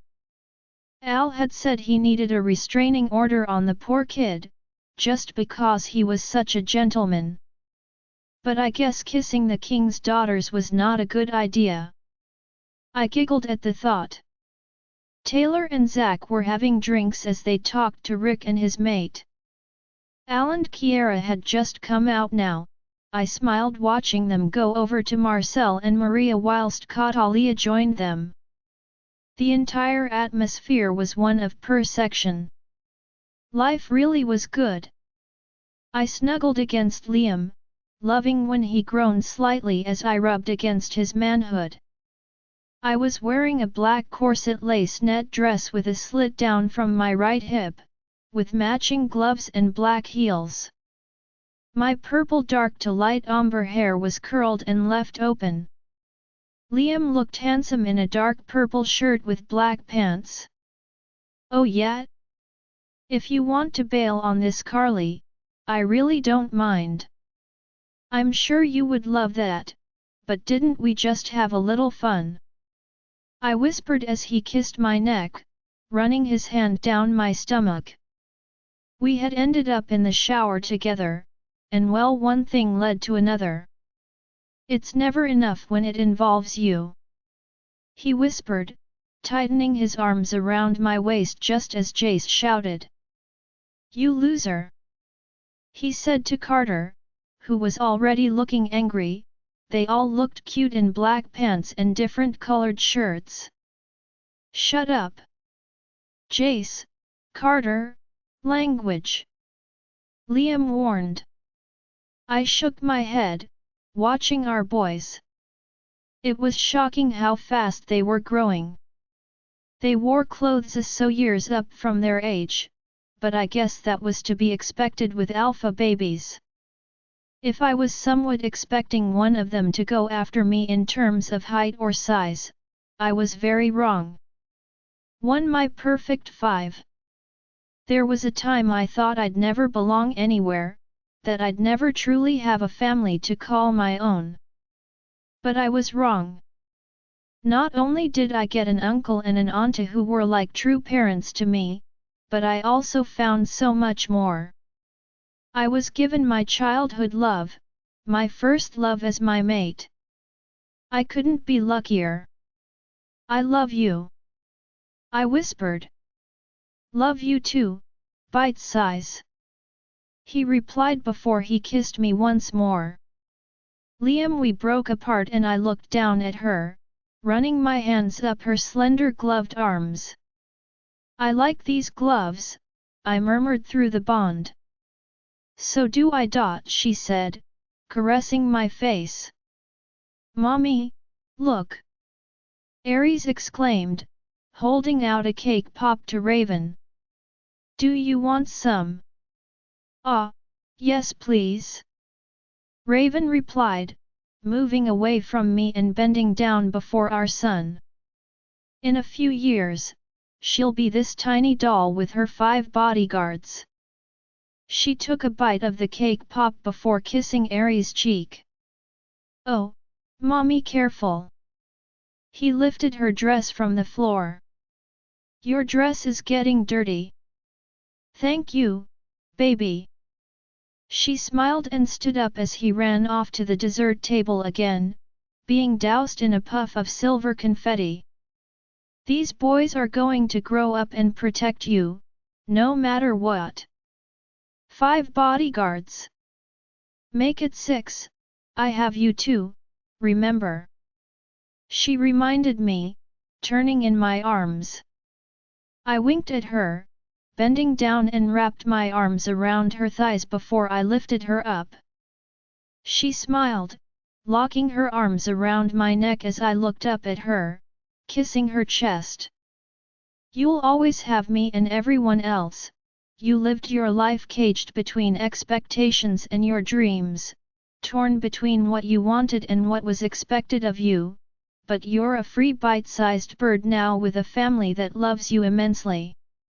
I'm lucky to get to call you mine, this pack is lucky to have you as their Luna, and heck, our sons are the luckiest to have you as their mother. You are my every dream and so much more, love," I said quietly, looking into her unique eyes. She smiled softly, her emotions were clear in her eyes, and just as we were about to kiss, we felt several pairs of eyes on us. I didn't need to turn to know they belonged to our pups as I claimed her lips in a deep passionate kiss, pouring everything I had into it. "Damon, hey, easy there, Art," I said, catching hold of our princess. She turned to me, her hair bouncing. "I'm fine, Dad, don't worry." She tugged free and was about to run off when she stopped and pouted. "I love you," I chuckled. "No kiss." She ran back to me, wrapping her arms around my neck and kissing my cheek quickly before she ran off. "You can't catch me, boys," she challenged before she darted off in the opposite direction. "She's going to be a fast one," Robin said with a small smile. Yeah, and a crazy fast runner," agreed, looking down at her. I pulled her close, thinking she looked so good in her chiffon brown mini dress with sequins over the chest area and scattered over the skirt of it. Definitely, she said, running her hand down my chest. I smiled softly, pulling her into a tight hug. I'd always be grateful for having Robin.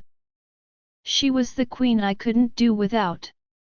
I didn't deserve her, but she had been willing to love me and have me. Now here we are, happy and content with our own little family. She looked up and I leaned down to kiss her, just as Liam and Raven came over. Here's to another year, Liam said, passing us both a glass after I moved back Tromber, to another year, I said with a small smirk. Years ago, we had hit a rough patch in our friendship, but it felt like decades ago. Things were completely fine between us now. We were still the best of friends, brothers, even closer than ever, and we shared everything but mates. I chuckled at my own joke, making the three look at me questioningly. It's nothing, to our women, I said to Liam, raising my glass. To our birdies, he said, clinking our glasses, making me laugh as Robin narrowed her eyes at him and Raven giggled. Liam's still putting his foot in it, I presume, Zack said as he and Taylor came over. Raven nodded as Liam looked lost as to what he had done. Yes, Robin said pointedly, you don't look like a bird. I reassured her. I know, she replied. Typical Liam, Taylor replied cheekily, shaking his head with a small smile. I swear I have no idea what was so wrong about that, Liam said as Raven patted his arm, trying not to laugh at his expression. Yep, things have never been better. The end. Rayon let me take pictures with my girl, Rayhana said, forcing me to move away from Dulsanra who I had up against a tree. I raised an eyebrow, but she didn't wait for permission, pulling my kitten away with her. She was in a metallic gold dress herself, whilst Dell looked fine in a powder blue mini strapless dress with a dipping neckline. The dress was like a fitted ribbed corset that was cut in a V showing off her thighs, with a bling border and dangly strings of silver gems around the entire hem of it. Gems that glittered and swayed with every move she made. Her hair was dirty, and even now, as she talked to Rayhana, she was the epitome of temptation and beauty. I don't know if I should be jealous of Dulsanra or smug at the fact you're suffering with me, Chris remarked, coming over. He was wearing a black and gold shirt with white pants. Don't you get bored wearing what she tells you? I mocked, ignoring his taunt. He looked a little gutted. She said it's my choice, and how she has Tatum and Heaven to match with now, he said, making me smirk. You know she said that just to make sure you want to match, Rayhana won't sacrifice her aesthetically perfect images, but she's smart enough to put it back on you if you ever said you didn't want to by saying she doesn't care, I remarked. Well, it's not like your maid gets much say in her outfits, Ri always chooses hers too. I nodded, looking at them as they pouted for the picture, arms wrapped around one another. Well, Dulsanra's doesn't mind, I said, running my hand through my own hair. I was wearing a printed stone-colored shirt, with my sleeves pushed up, half tucked into my cropped cream pants, which were paired with brown shoes, belt, and beaded jewelry.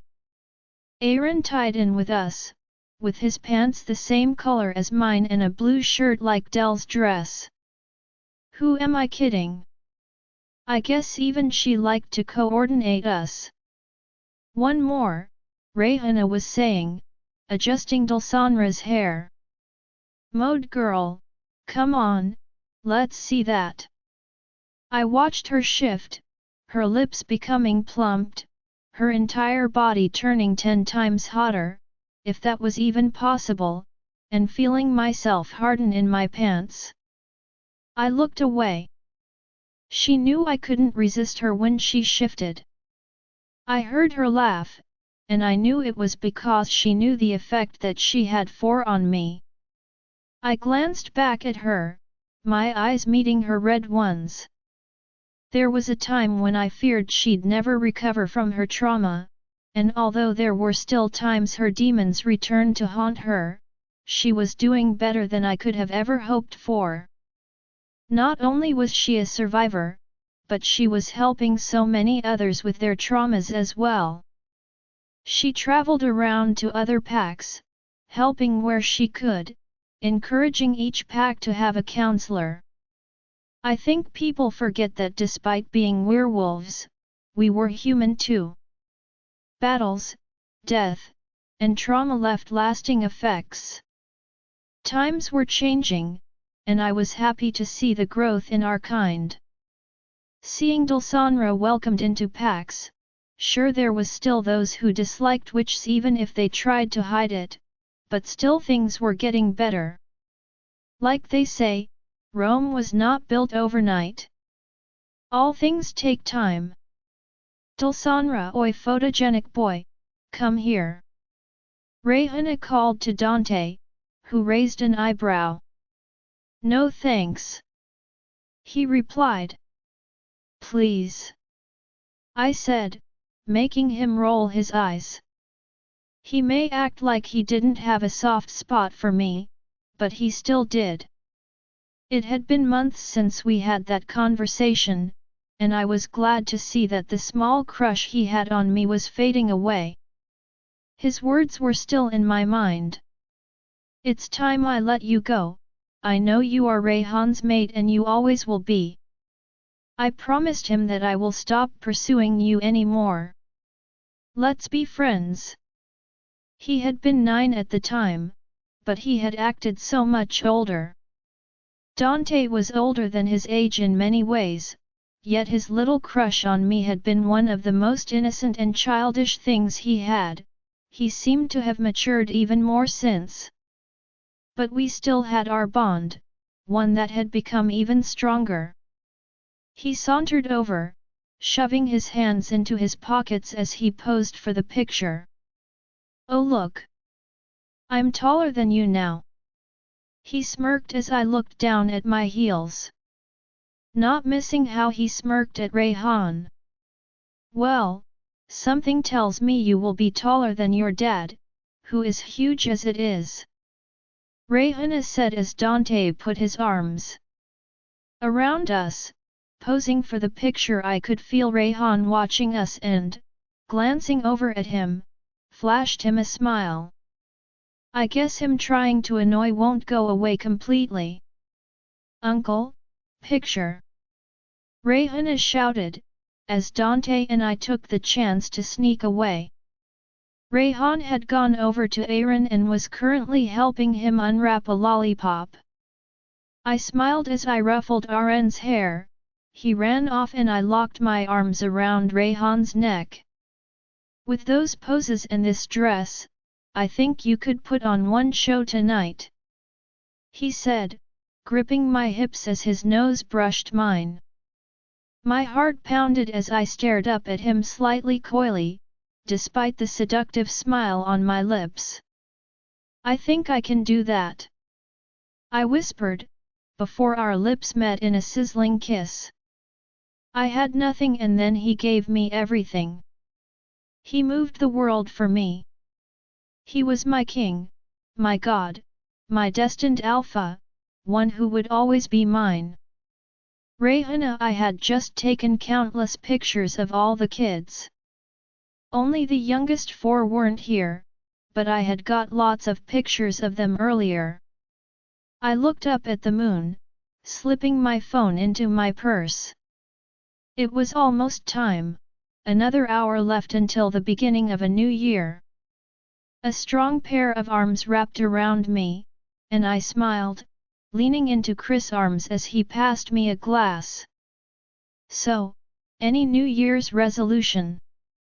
he asked, sipping his wine. "None at all, but I have a wish," I said, looking up at my handsome mate. "Yeah, what exactly would that be, princess, considering you have the world at your feet?" I smiled. "Of course I do, but the best part is, I have you. My wish is for everything to always remain like this. Peaceful, happy, and perfect. Aye to that." He raised his drink before kissing my neck as he admired me. "And to love, to us?" I smirked. "Oh, absolutely," I replied, raising my own glass. We clinked them before taking a sip. Life was perfect. Even if everyone we loved wasn't still here, they would never be forgotten. Chris kissed me and I let myself melt into his touch, feeling the sparks story I through me welcomingly. Wait. I needed to take a selfie of this moment. "Maria," I smiled as Alejandro gave me a tight hug. "I like your dress, Mama Mari," Catalia said, stroking the skirt of my dress. I was wearing an Arabian kaftan today. It was a duck egg color with gold patterns on it. "Thank you, darling." I smiled at her. "Nowhere near as beautiful as yours." "Thank you. Mama chose it," she said, as Marcel chuckled. "I think everyone looks amazing tonight," he added, crossing his arms. "Yes, I agree." Kiera nodded before staring up at the sky. I turned my own gaze to the moon, my chest squeezing, but I smiled gracefully, excusing myself. Although the girls had helped me and I was now able to sleep at night. The pain, nothing they did could take away the pain, of Raphael's loss. No matter how much time passed. I placed a hand on my chest, wondering if those who had passed were really looking down upon us. I didn't want to lose hope as I stared at the moon. "I will always need you. Your dove will always need you." I closed my eyes, letting a wave of calmness wash over me. I opened my eyes as a single tear trickled down my cheek. There were people you learn to live without, but Raphael was someone we would never forget. Not only me, but everyone. He truly had been one of a kind. Alejandro, we had eaten, drank, and there wasn't long now until the new year now. The kids were getting impatient, asking every few minutes. I looked at my queen. She looked perfect in a silver blinged-out dress with a sweetheart neckline. If Ri was the sun tonight, Kiera was the moon. "Like this?" she was asking Azura. Azura nodded as she, Kiera and the twins danced. "Kiera's got moves," Azura said as she did a back flip, spinning around and almost knocking into Marcel easy there. He chuckled as she gave him an apologetic grin. "Sorry Mr. she said before running back over to Kiera, who clapped. That was one incredible backflip. "What can I say, I'm Azura Westwood, Queen of Crazy," she said with a toss of her hair. I smirked. At least she knew that. With each passing year, I saw indigo more and more in her, but she was different. If indigo had been a spark, Azura was an entire firework. Something told me she was going to be a force to reckon with when she was older. I tried not to stare at Kiera's thighs as she danced, but that was a mission. No matter what she was wearing, I wanted to bend her over and hear senseless. Marcel came over and smiled slightly as I took a drag on my cigarette. She is going to be a strong one, her and your little one. I knew he meant Skyla. Yeah, they're crazy, he chuckled, nodding. Back then when I witnessed Ms. Amelia perform the spell, I had a feeling it would cost her her life. I had seen enough magic to know that, but she did the right thing. We need more people with that much life in them in this world. He looked at Azura with a small smile on his face. Yeah, I agree, I said, drinking my wine. Has he called or said if he'll be back soon? I didn't need to say a name for him to know who I meant. He sighed heavily and shook his head. I'd be lucky to get a call every other month, he said gravely. I feel as if I'm losing him.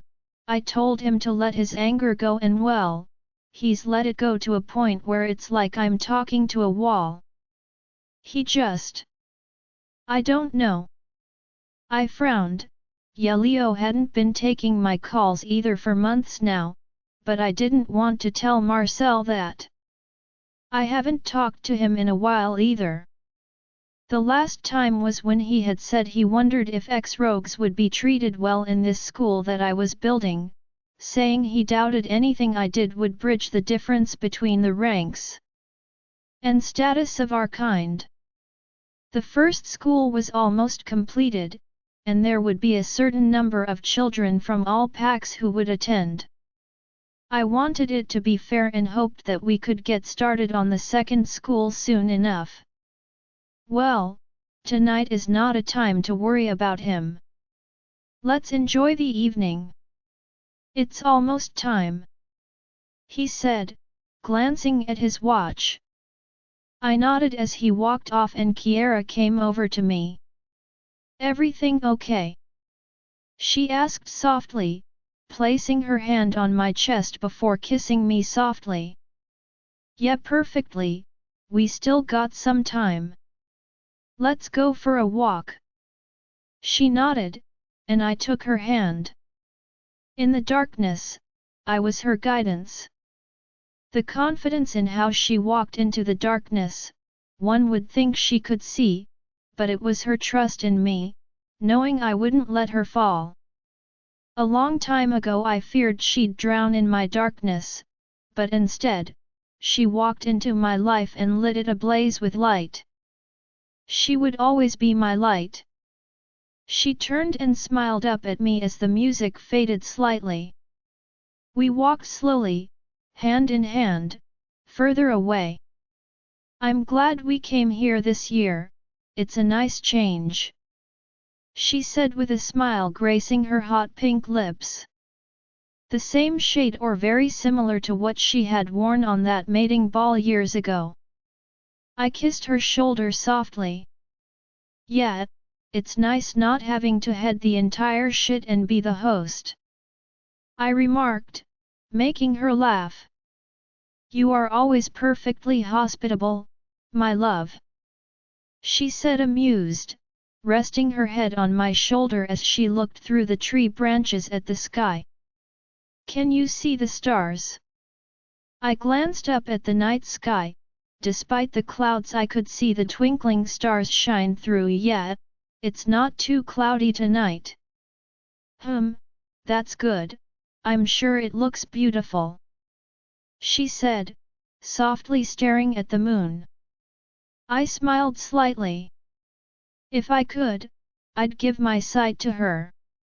She never let on or ever felt like she wished she could see in the dark. She was always just grateful for everything, nowhere near as beautiful as you, I replied quietly. You ain't missing out, they don't hold anything to you. She stopped and turned towards me, raising our entwined hands to her lips and kissing my knuckles softly. I know I'm not missing out, because I have you, she whispered softly, looking up into my glowing eyes. Kiera, he scoffed, smirking. You're the light, amor mio, not me. You are wrong, because the way I see you is no less. You are my light in every darkness. You are my sun and my moon combined, the guidance through my life. My support in the darkest of hours and my beacon of hope when all feels lost. I said softly as I caressed his jaw, his stubble prickling my fingertips. He wrapped his arms around me and pulled me close. I won't argue with you tonight, because as long as you alone think that, it's enough for me. He replied softly, staring into my eyes, his glowing ones holding 1,000 emotions. I smiled. I'm not the only one, our children adore you. All the children do, you are so good towards everyone. That's your doing, I got soft and shit. I laughed as he buried his nose in my neck, inhaling deeply just as I heard someone shouting that it was almost time. Come on, let's head back, he said, slipping his hand around my waist and leading me back the way we had come. I have to admit you aren't wrong there, but you have come so far. Been at the front of every battle, leading our people and giving them hope. I said softly. He really was perfect. We fell into a serene silence as we walked out from the trees, and once again I could see. Looking around, I saw Dante hug the twins, pointing to the sky as they prepared to let off the first of the Tave Port's fireworks. We had been through a lot in life, but in the end, we prospered and came out victorious despite every challenge that was created to destroy us. Bonds, unity, trust, and love were our strengths. It was these values and strengths that helped conquer all. Values we would teach our children. These pups are our future, he said quietly, almost as if he knew what was on my mind. I nodded, tilting my head up to look at him. Our legacies, I whispered softly as I reached up and cupped the back of his neck just as the countdown began. 3, 2, but he only had eyes for me, his queen. I love you, my king, I said softly. Love you more, he replied huskily as the fireworks exploded above us, illuminating the night sky just as his lips met mine in an explosion far more intense than 1,000 fireworks. Until the end of time. The end. Join our Facebook and WhatsApp group for more updates, link is given in description. Rest audiobook will be continued in next episode.